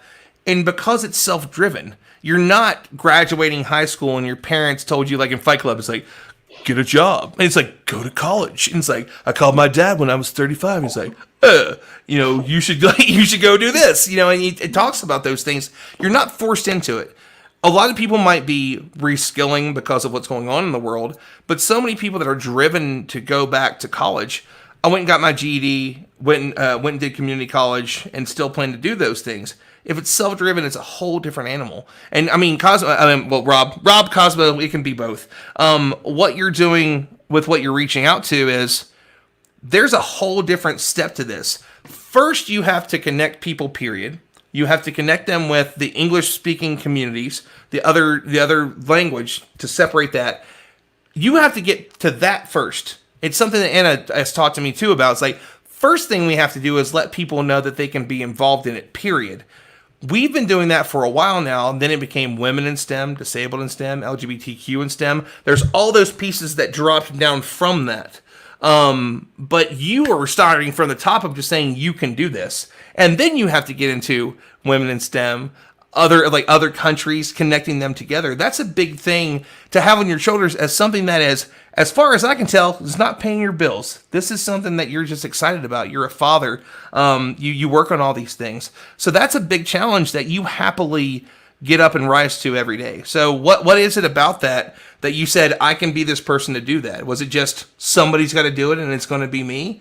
What inspired you to take that first step and reach out as far as I know, of one of the biggest Mexican and Spanish speaking science communicators that I know of? I think my first motivation was my kids, because um, like I told you the past segment, I like astronomy. I like to see the universe, and I was trying to teach them how to see through this telescope, but it came up to my mind, what are they going to do when they grow up? Because they're going to see the same challenges that been I've been in all this, because before I picked the engineering of computer science, I wanted to be a biologist. And before I wanted to be a biologist, I wanted to be like an astronomer or something. But in Mexico, there are too few places where you can study physics. So perhaps I wanted to change the world for them, and starting with my city. And it has been great, because I have been involving them to teach astronomy to their how do you, to the people in their kindergarten. There was one time that the teacher from the school from my kid invited me to give them a like a mini conference with a puppet. So I asked my little boy, so do you want to talk about astronomy to your room, to your classroom? I said, yeah, sure. So I didn't have to tell them much how to do it, because he was he was watching me. He was seeing all the things that I was trying to do. So I know that he's watching me. I know that in some point he's learning without teaching him. So that was the first motivation that I had. So, like you said, perhaps there has to be somebody who starts how to build this community in here in my town in Nuevo Laredo, because when when I started to when I started to be a part of the club, there was no club here in Mexico. So I had to go to Laredo, Texas, and they told me, because they have a planetarium in Laredo, Texas, and they say, we don't have a astronomy club. We have the students that work in the planetarium, but that's it. So not even in the United States, not even here in Mexico. Well, I have to bring them together. So that was a challenge, because my coworkers keep telling me, "Oh, in that those days, why are you doing that? It's not worth it, because they're not giving your money, they're not paying you. What? Why do you do that?" So it's like more like I want to change the my city. I want to change how they see the science. I want to change how they see the astronomy as a thing that is very bind to our things. There is a saying, or well, Carl Sagan said one time, we live in a society that is fully dependent on technology, but we don't know nothing about it. So perhaps we're watching the TV and we haven't think about the question that how does the TV works, how does the internet works. So before that questions, we need to understand where are we in the universe. Because if we see the whole people that you were always say, you said the last section, that we live in the same world. We perhaps we have borders here, but if you go in other places, we're the same. We're the same people. Perhaps we have another color of the skin, but we are trying to ask the same questions since the beginning of our knowledge here in the planet. One of the things that we do when we try to teach astronomy in the communities that are far away from the big cities is to try to bind their culture to the actual knowledge. For example, we went to a community that they have been learning that in the moon there is a deer instead of a rabbit, because here in Mexico there is a legend that we see a rabbit in the moon, but that's the common culture that we have here in Mexico and Guatemala and some parts of Central America. But there was a community that they think about a deer in the moon. So our duty there is not to change their knowledge, is to inspire their knowledge with the new knowledge. Like we did an activity. So draw the deer in your sheet, but I need to tell you that deer are the mares of the moon. This is called Copernicus. This is called Tycho. That's the part of the deer. So we try to mix them. We don't try to eliminate those knowledge that they have from centuries. So we try to bind them, and we try to tell them that it has there's a reason why they were seeing things. Then we brought the telescope, and those people well, it was the first time that we're seeing the moon throughout the telescope, and they get engaged. So it's very satisfying when you give them an instrument so they can be more admirer of the universe. Here in plenty of cities, you can ask people all around, how many times have you seen the Milky Way with your bare eyes? So the time passes by, but there are plenty, or there get fewer people that have seen the Milky Way with the bare eyes, because we're very used to the phone, we're very used to being indoors, and the light pollution is being worse. So that's one of the things that we try to do. We try to teach them, we try to communicate, we try to bring the astronomy perhaps to a place where there is no light pollution, so they can be inspired, so they can ask the same questions. Perhaps they won't be answering in that thing in that time, but certainly they will be asking, are we alone or not? So that's part of the motivation that give me, so I can start bringing astronomy and space exploration to the people. Awesome, man. Absolutely awesome. All right, everybody, we have about 10 minutes left. So what I want to do is I want to give everyone 2 minutes for your final thoughts, where people can find you on social media, anything that you have coming up, from interviews to things that you want people to see, the summits, anything like that you want to talk about. So B, I'm going to start with you. Your 2 minutes start now. You are muted. So unmute yourself and then start your 2 minutes. To end this, I want to keep it simple, and I just want to invite everybody to go from our heads to our hearts and really imagine yourself as that little kid. For me, that little girl staring with, wonderment when I was sitting, laying on the grass in the front lawn, looking up at the stars.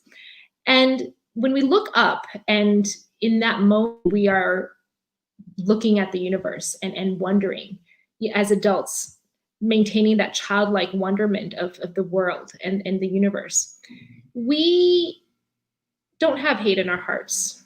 We don't feel jealousy. We don't feel anger. It's almost like this peace in that moment when we're staring up and we're wondering in awe and in amazement of this incredible creation and our place in it. And it's almost a type of presentness, mindfulness exercise. And that is where we start going within. And the future, as a futurist, it's not about finding the right answers. We can create these models and have all these statistical algorithms and all that stuff. It's about asking the right questions. And the most fundamental question that we can ask is, where do we come from? How do we get there? How do we get here? How do we make most meaning in our short time here? And where do we go to next? Where to from here? And if we all ask those questions to ourselves, about ourselves, that's where we start. To change the world, you have to change yourself.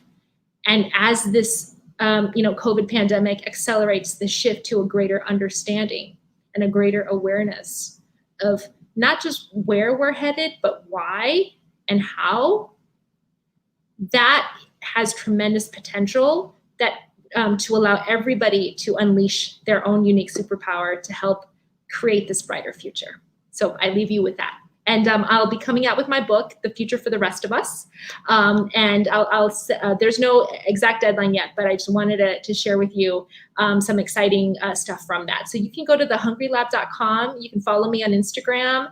I am, as an introvert, I'm very shy on social media, and I had to get back on there for work. As an introvert. Yeah, you really come across as an introvert. Yeah, so I always say my work mode is ENTP, but my soul is actually an INFP. So, and I'm very much, on LinkedIn, and you can find me there. You can connect with me on Facebook at The Hungry Bee, just the letter B. And I look forward to conversing with everyone and continuing this dialogue. It takes a whole global village to not just improve our current situation, but take us into the future, into a much more brighter and regenerative future for everybody. So thank you. B, you should really talk about, you should really work on your articulation about the things that you have to say. Seriously. Well, English is technically my second language, so. Even better. By the way, this is my second language, and I speak it better than you do, Ron. So just stop being like that. No, you were great. I'm so glad that you came on. And so the thing is that we were friends on Facebook, and I was asking for another guest for tonight when I was still down to only like 2 or 3 people, and she's like, "I'll be on." I'm like, "Cool, you can definitely come on." Had no idea what I was getting all of us into in the best way possible. That was awesome. So I'm glad you joined us tonight. Can't wait until in some way we pass each other in real life once the world is more normal-ish, I guess. So yeah. Rob, I'm gonna go to you next. Your final thoughts, anything that you want to share with people, where people can follow you on social media, and any new live streams that you got coming up. I know you just did one with Lee from Passage, so I'm sure you got a next one coming soon, because you always do. Well, just to thank you again. Thank you for having me here. It's a great honor to be in your show, and we have a live stream coming up. We're trying to. We still not have been confirmed with the guest, but we usually do the live streams on Saturday at 8 p.m. GTM -5 plus 5. We have Facebook. We have Instagram, we have Twitter. You can follow us too on Spotify. This is all Spanish, okay? You can follow us too in Apple Podcasters, and I think it's iBox. And then we have YouTube. We started with Tumblr, I think is the Tumblr. So those are our social media, but our main project, or our main communication is on the radio. On the radio, we try to share the radio station on our Facebook page, And we also have a TV show. I'm part of a TV show at Uruguay, where we share all the astronomy news, the space exploration news. You can follow us at Unicanal. You can search for unicanal.com.pg, and every Saturday it comes at 11 p.m. 11 p.m. in the morning, and we try to do our best to break this language thing. I'm very inquisitive. I'm very trying to trying to trying to tell you that English, for most people, it's a big barrier. So we try to bring this communication in Spanish in the best way possible. And y si puedo decirlo en español, pues nada más, pues quiero invitarlos a que nos sigan en nuestras redes sociales, en YouTube, en Instagram, en Facebook, en todas partes. Y si ustedes nos están viendo y son ciudadanos americanos, pues que entienden más el español, pues los invitamos a que nos sigan en las redes sociales. And I learned a lot today. I learned a lot from B, from Raquel, from I don't remember your name, but the Steam, and Nehemiah. Nehemiah. He said knee. It's like you just want to call it go short, go knee. There we go. That always works. That's about it. Thank you again, Ron. Of course, man, and thank you. I was honored to be on your show. Honestly, I didn't know, so he reached out to me, and I'm not gonna really say no to anybody anyway, because nobody. One of the first interviews I asked somebody for was Emily Calandrelli, and I'm like, there's no way she's gonna answer me. Like 20 minutes later, she's like, of course I'll be on your show. I'm like, what? And that wasn't nerve wracking at all, And so when he reached out, he said a lot of nice things, and I love that I was able to go and see what he was doing. I'm like, this is an honor to be on your show. It's always an honor to be on anybody's show, but there's so much you do. But the honor is the fact that you are willing to take the time to say, I want to take somebody that's speaking a different language, and one that's my second language, that I'm going to have to find the words to carry on this conversation, and I'm going to take on this challenge every time I do a show. That is one of the biggest honors that I can think of, and we had such a great time, and I was so honored to be on it. And I think that normally your show's about 30, 45 minutes. I think we went like an hour and a half. We went for a while because he had so much he had to translate because of me. That's right. He's like, that's right. And it was funny because that was the morning of the birthday live stream that I did for the show with Neil and Cold, and it was that was just such a great way to go through the day, man. That was one of the best early birthdays I've ever had. So Raquel, going to go to you next. What a cool year plus since we met right before Yuri's night, and just it's always so cool to keep up with you. And 2 o'clock in the morning, I'll be like, I got an idea. Like, can you tell me about cameras? Is Derek up? Of course he's not up. We have kids. Ron, shut up. And then like she messages me back in the morning because she's awesome. But Raquel is a wonderful friend. She reaches out to the community that she works with. So what are your final thoughts, and where people can find you on social media, all that fun stuff? My final thoughts are that there is a large untapped potential in a lot of different communities. You don't have to be a scientist to be a science communicator. I think some of the best space evangelists are astrophotographers, and a lot of them don't have a science background, but they capture the night sky and bring it to people, and people are inspired. And if you live in a city, you might not get a chance to look up at the Milky Way and see it, but seeing a photo might inspire you to think about space and the wonder of it all, of the fact that we exist here on Earth, and that we're able to think about that we're alive and that we're part of this incredible place. So you don't have to be a scientist to share your excitement about science or space. There's place for everyone. And yeah, you can follow me on social media. I'm the Space Geologist on Instagram. I'm not so much on Twitter, but you can find me on there by my name is Raquel Nuno. And you should follow my husband, who makes science videos on YouTube.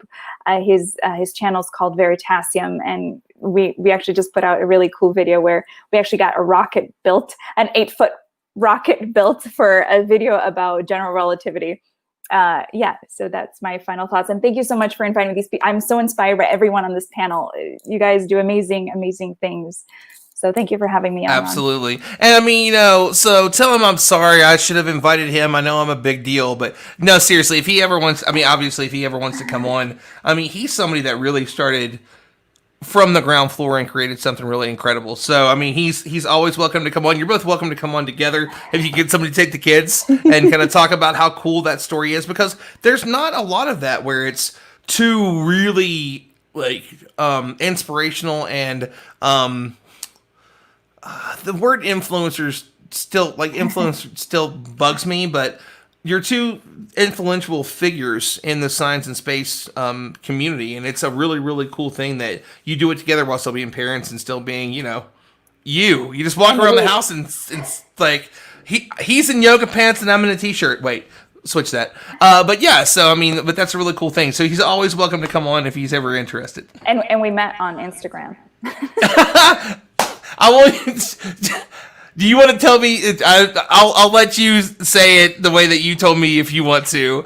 I cracked up so hard I was crying when he's like, it's like, so we met on Instagram. I was like, that really? That's cool. He's like, you want to say it? Because it cracks me up when you say it. Well, okay. So I had watched his videos before. I was a fan.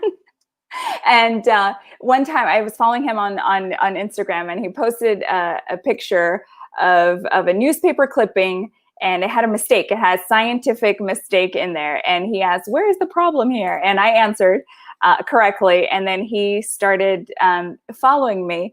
And for years, we were just friends online. And then we eventually met, and I was like, yeah, he's following me because I'm a scientist and I'm sharing science.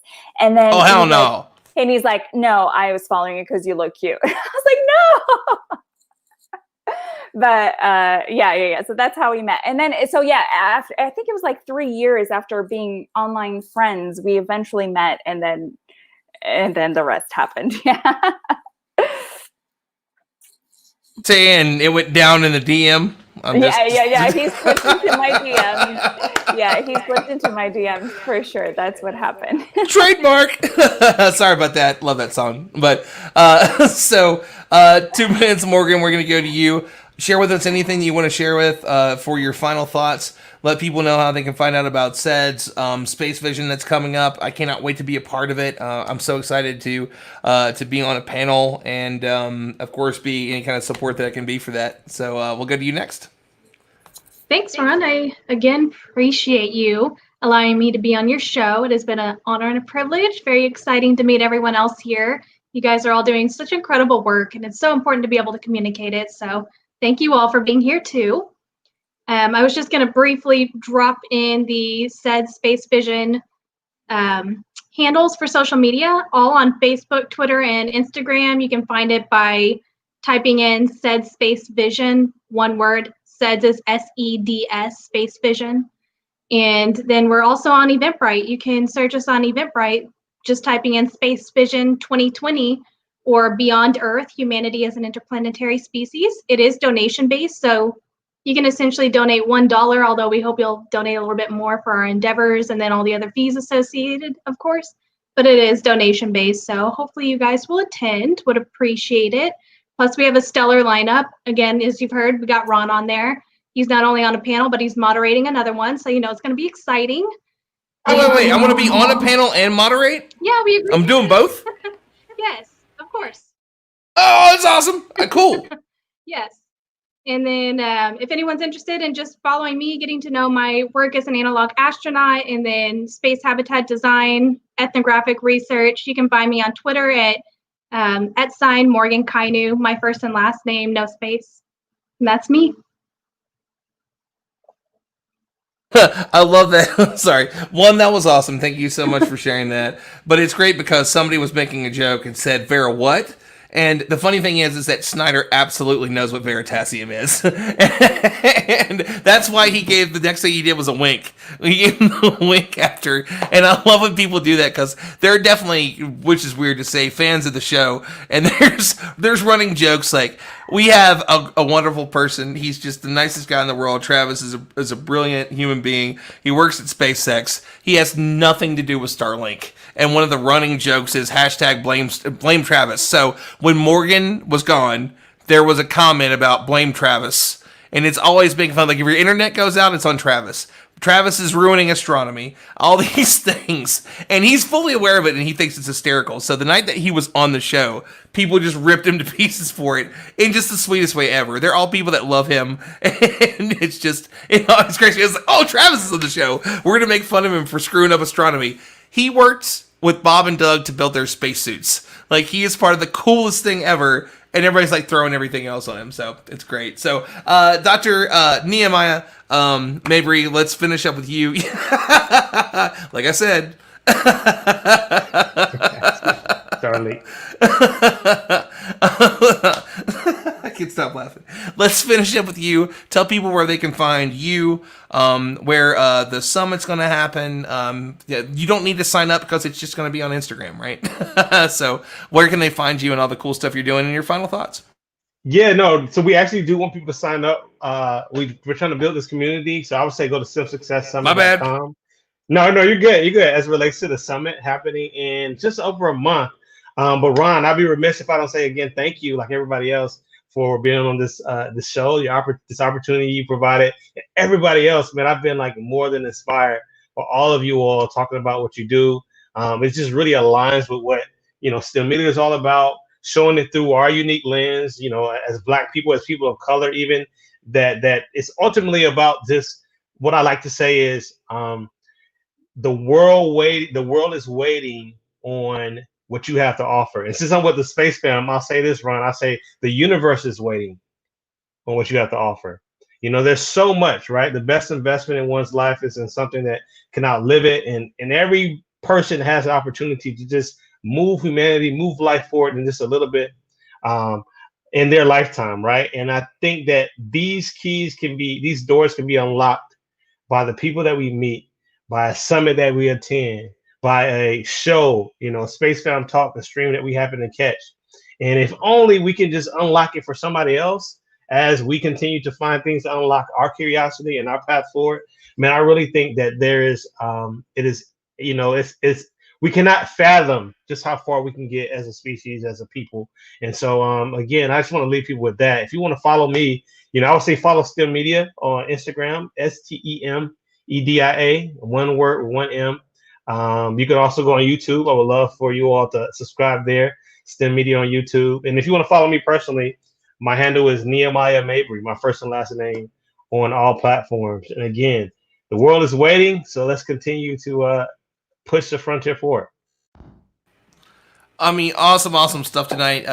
So for quite some time, I've had this idea of a TV show that is Parts Unknown meets Cosmos. And this show is really... for the last 2 months, it's almost like a test bed of what this would be. There's so many stories out there. I was like, there's no way I want to be able to do a show for the next 5-6 months, year, however long it lasts, with 4 guests a week. It's hard for me to keep it to just 4 guests. There's always new people popping up. If I don't have enough guests or work's gotten too busy, I end up asking people, and then people come out of the blue like B. And B just kicked us all in the teeth tonight and be like, mic drop. Like, let's talk about futurism. Let's talk about the democratization of education. And we're like, that's cool. Like, what do I say to follow that? And that's the best part about this is that it continues to grow. As long as this show can go on, it can go on because of the great people that are out there. And I'm so appreciative of the people that were on the show tonight, that'll be on the show in the future. And I'm really hoping that I get to do that to where I can just say, like, let me take a small camera crew and travel the world and tell these amazing stories and tell them in a vibrant, amazing way to where I can visit each and every person on the show tonight that's been on the show, that will be on the show, and say, look at how cool this story is. Look at how they're in their community and they might not have a degree in this, they're working on a degree in that, and look how they're inspiring the people that are around them, the leadership that they have, the honesty, the integrity. This is what's missing from the rest of the world. Can we please implant this in everything else? Can we take the wonder and the brightness and the inspiration that comes from you and inject it into one effing politician? Like, if one of them had that, then they're pinky. Like, we're a month away from it, and we're all just like, Joe's got nice teeth? Okay, fine, 2020. Of course we're going to vote for Joe, but can we have something more? Can we have some more? And I think that's what science can do for us. And you all were amazing tonight. Thank you so much for joining. And everybody that's been here tonight between two telescopes. All right, that's great. Hold on a second. Wait. I love this one. If you've never seen Between Two Ferns with Zach Galifianakis, it's hysterical. That's so funny. I love that. Between Two Telescopes. I am so in. That's hilarious. That's the way to do it. I mean, like, hold on. And, like, I'll grow my beard out and I'm good to go. So, thank you, everyone, for coming on tonight. We appreciate you. We'll see you next Saturday. Got some great guests lined up, and we will see you all then. Thank you for joining us. And don't forget, subscribe to Clear Skies Network here on Twitch. If you're not watching there, it's twitch.tv/Clear Skies Network. Go subscribe there, and we'll see you all next week.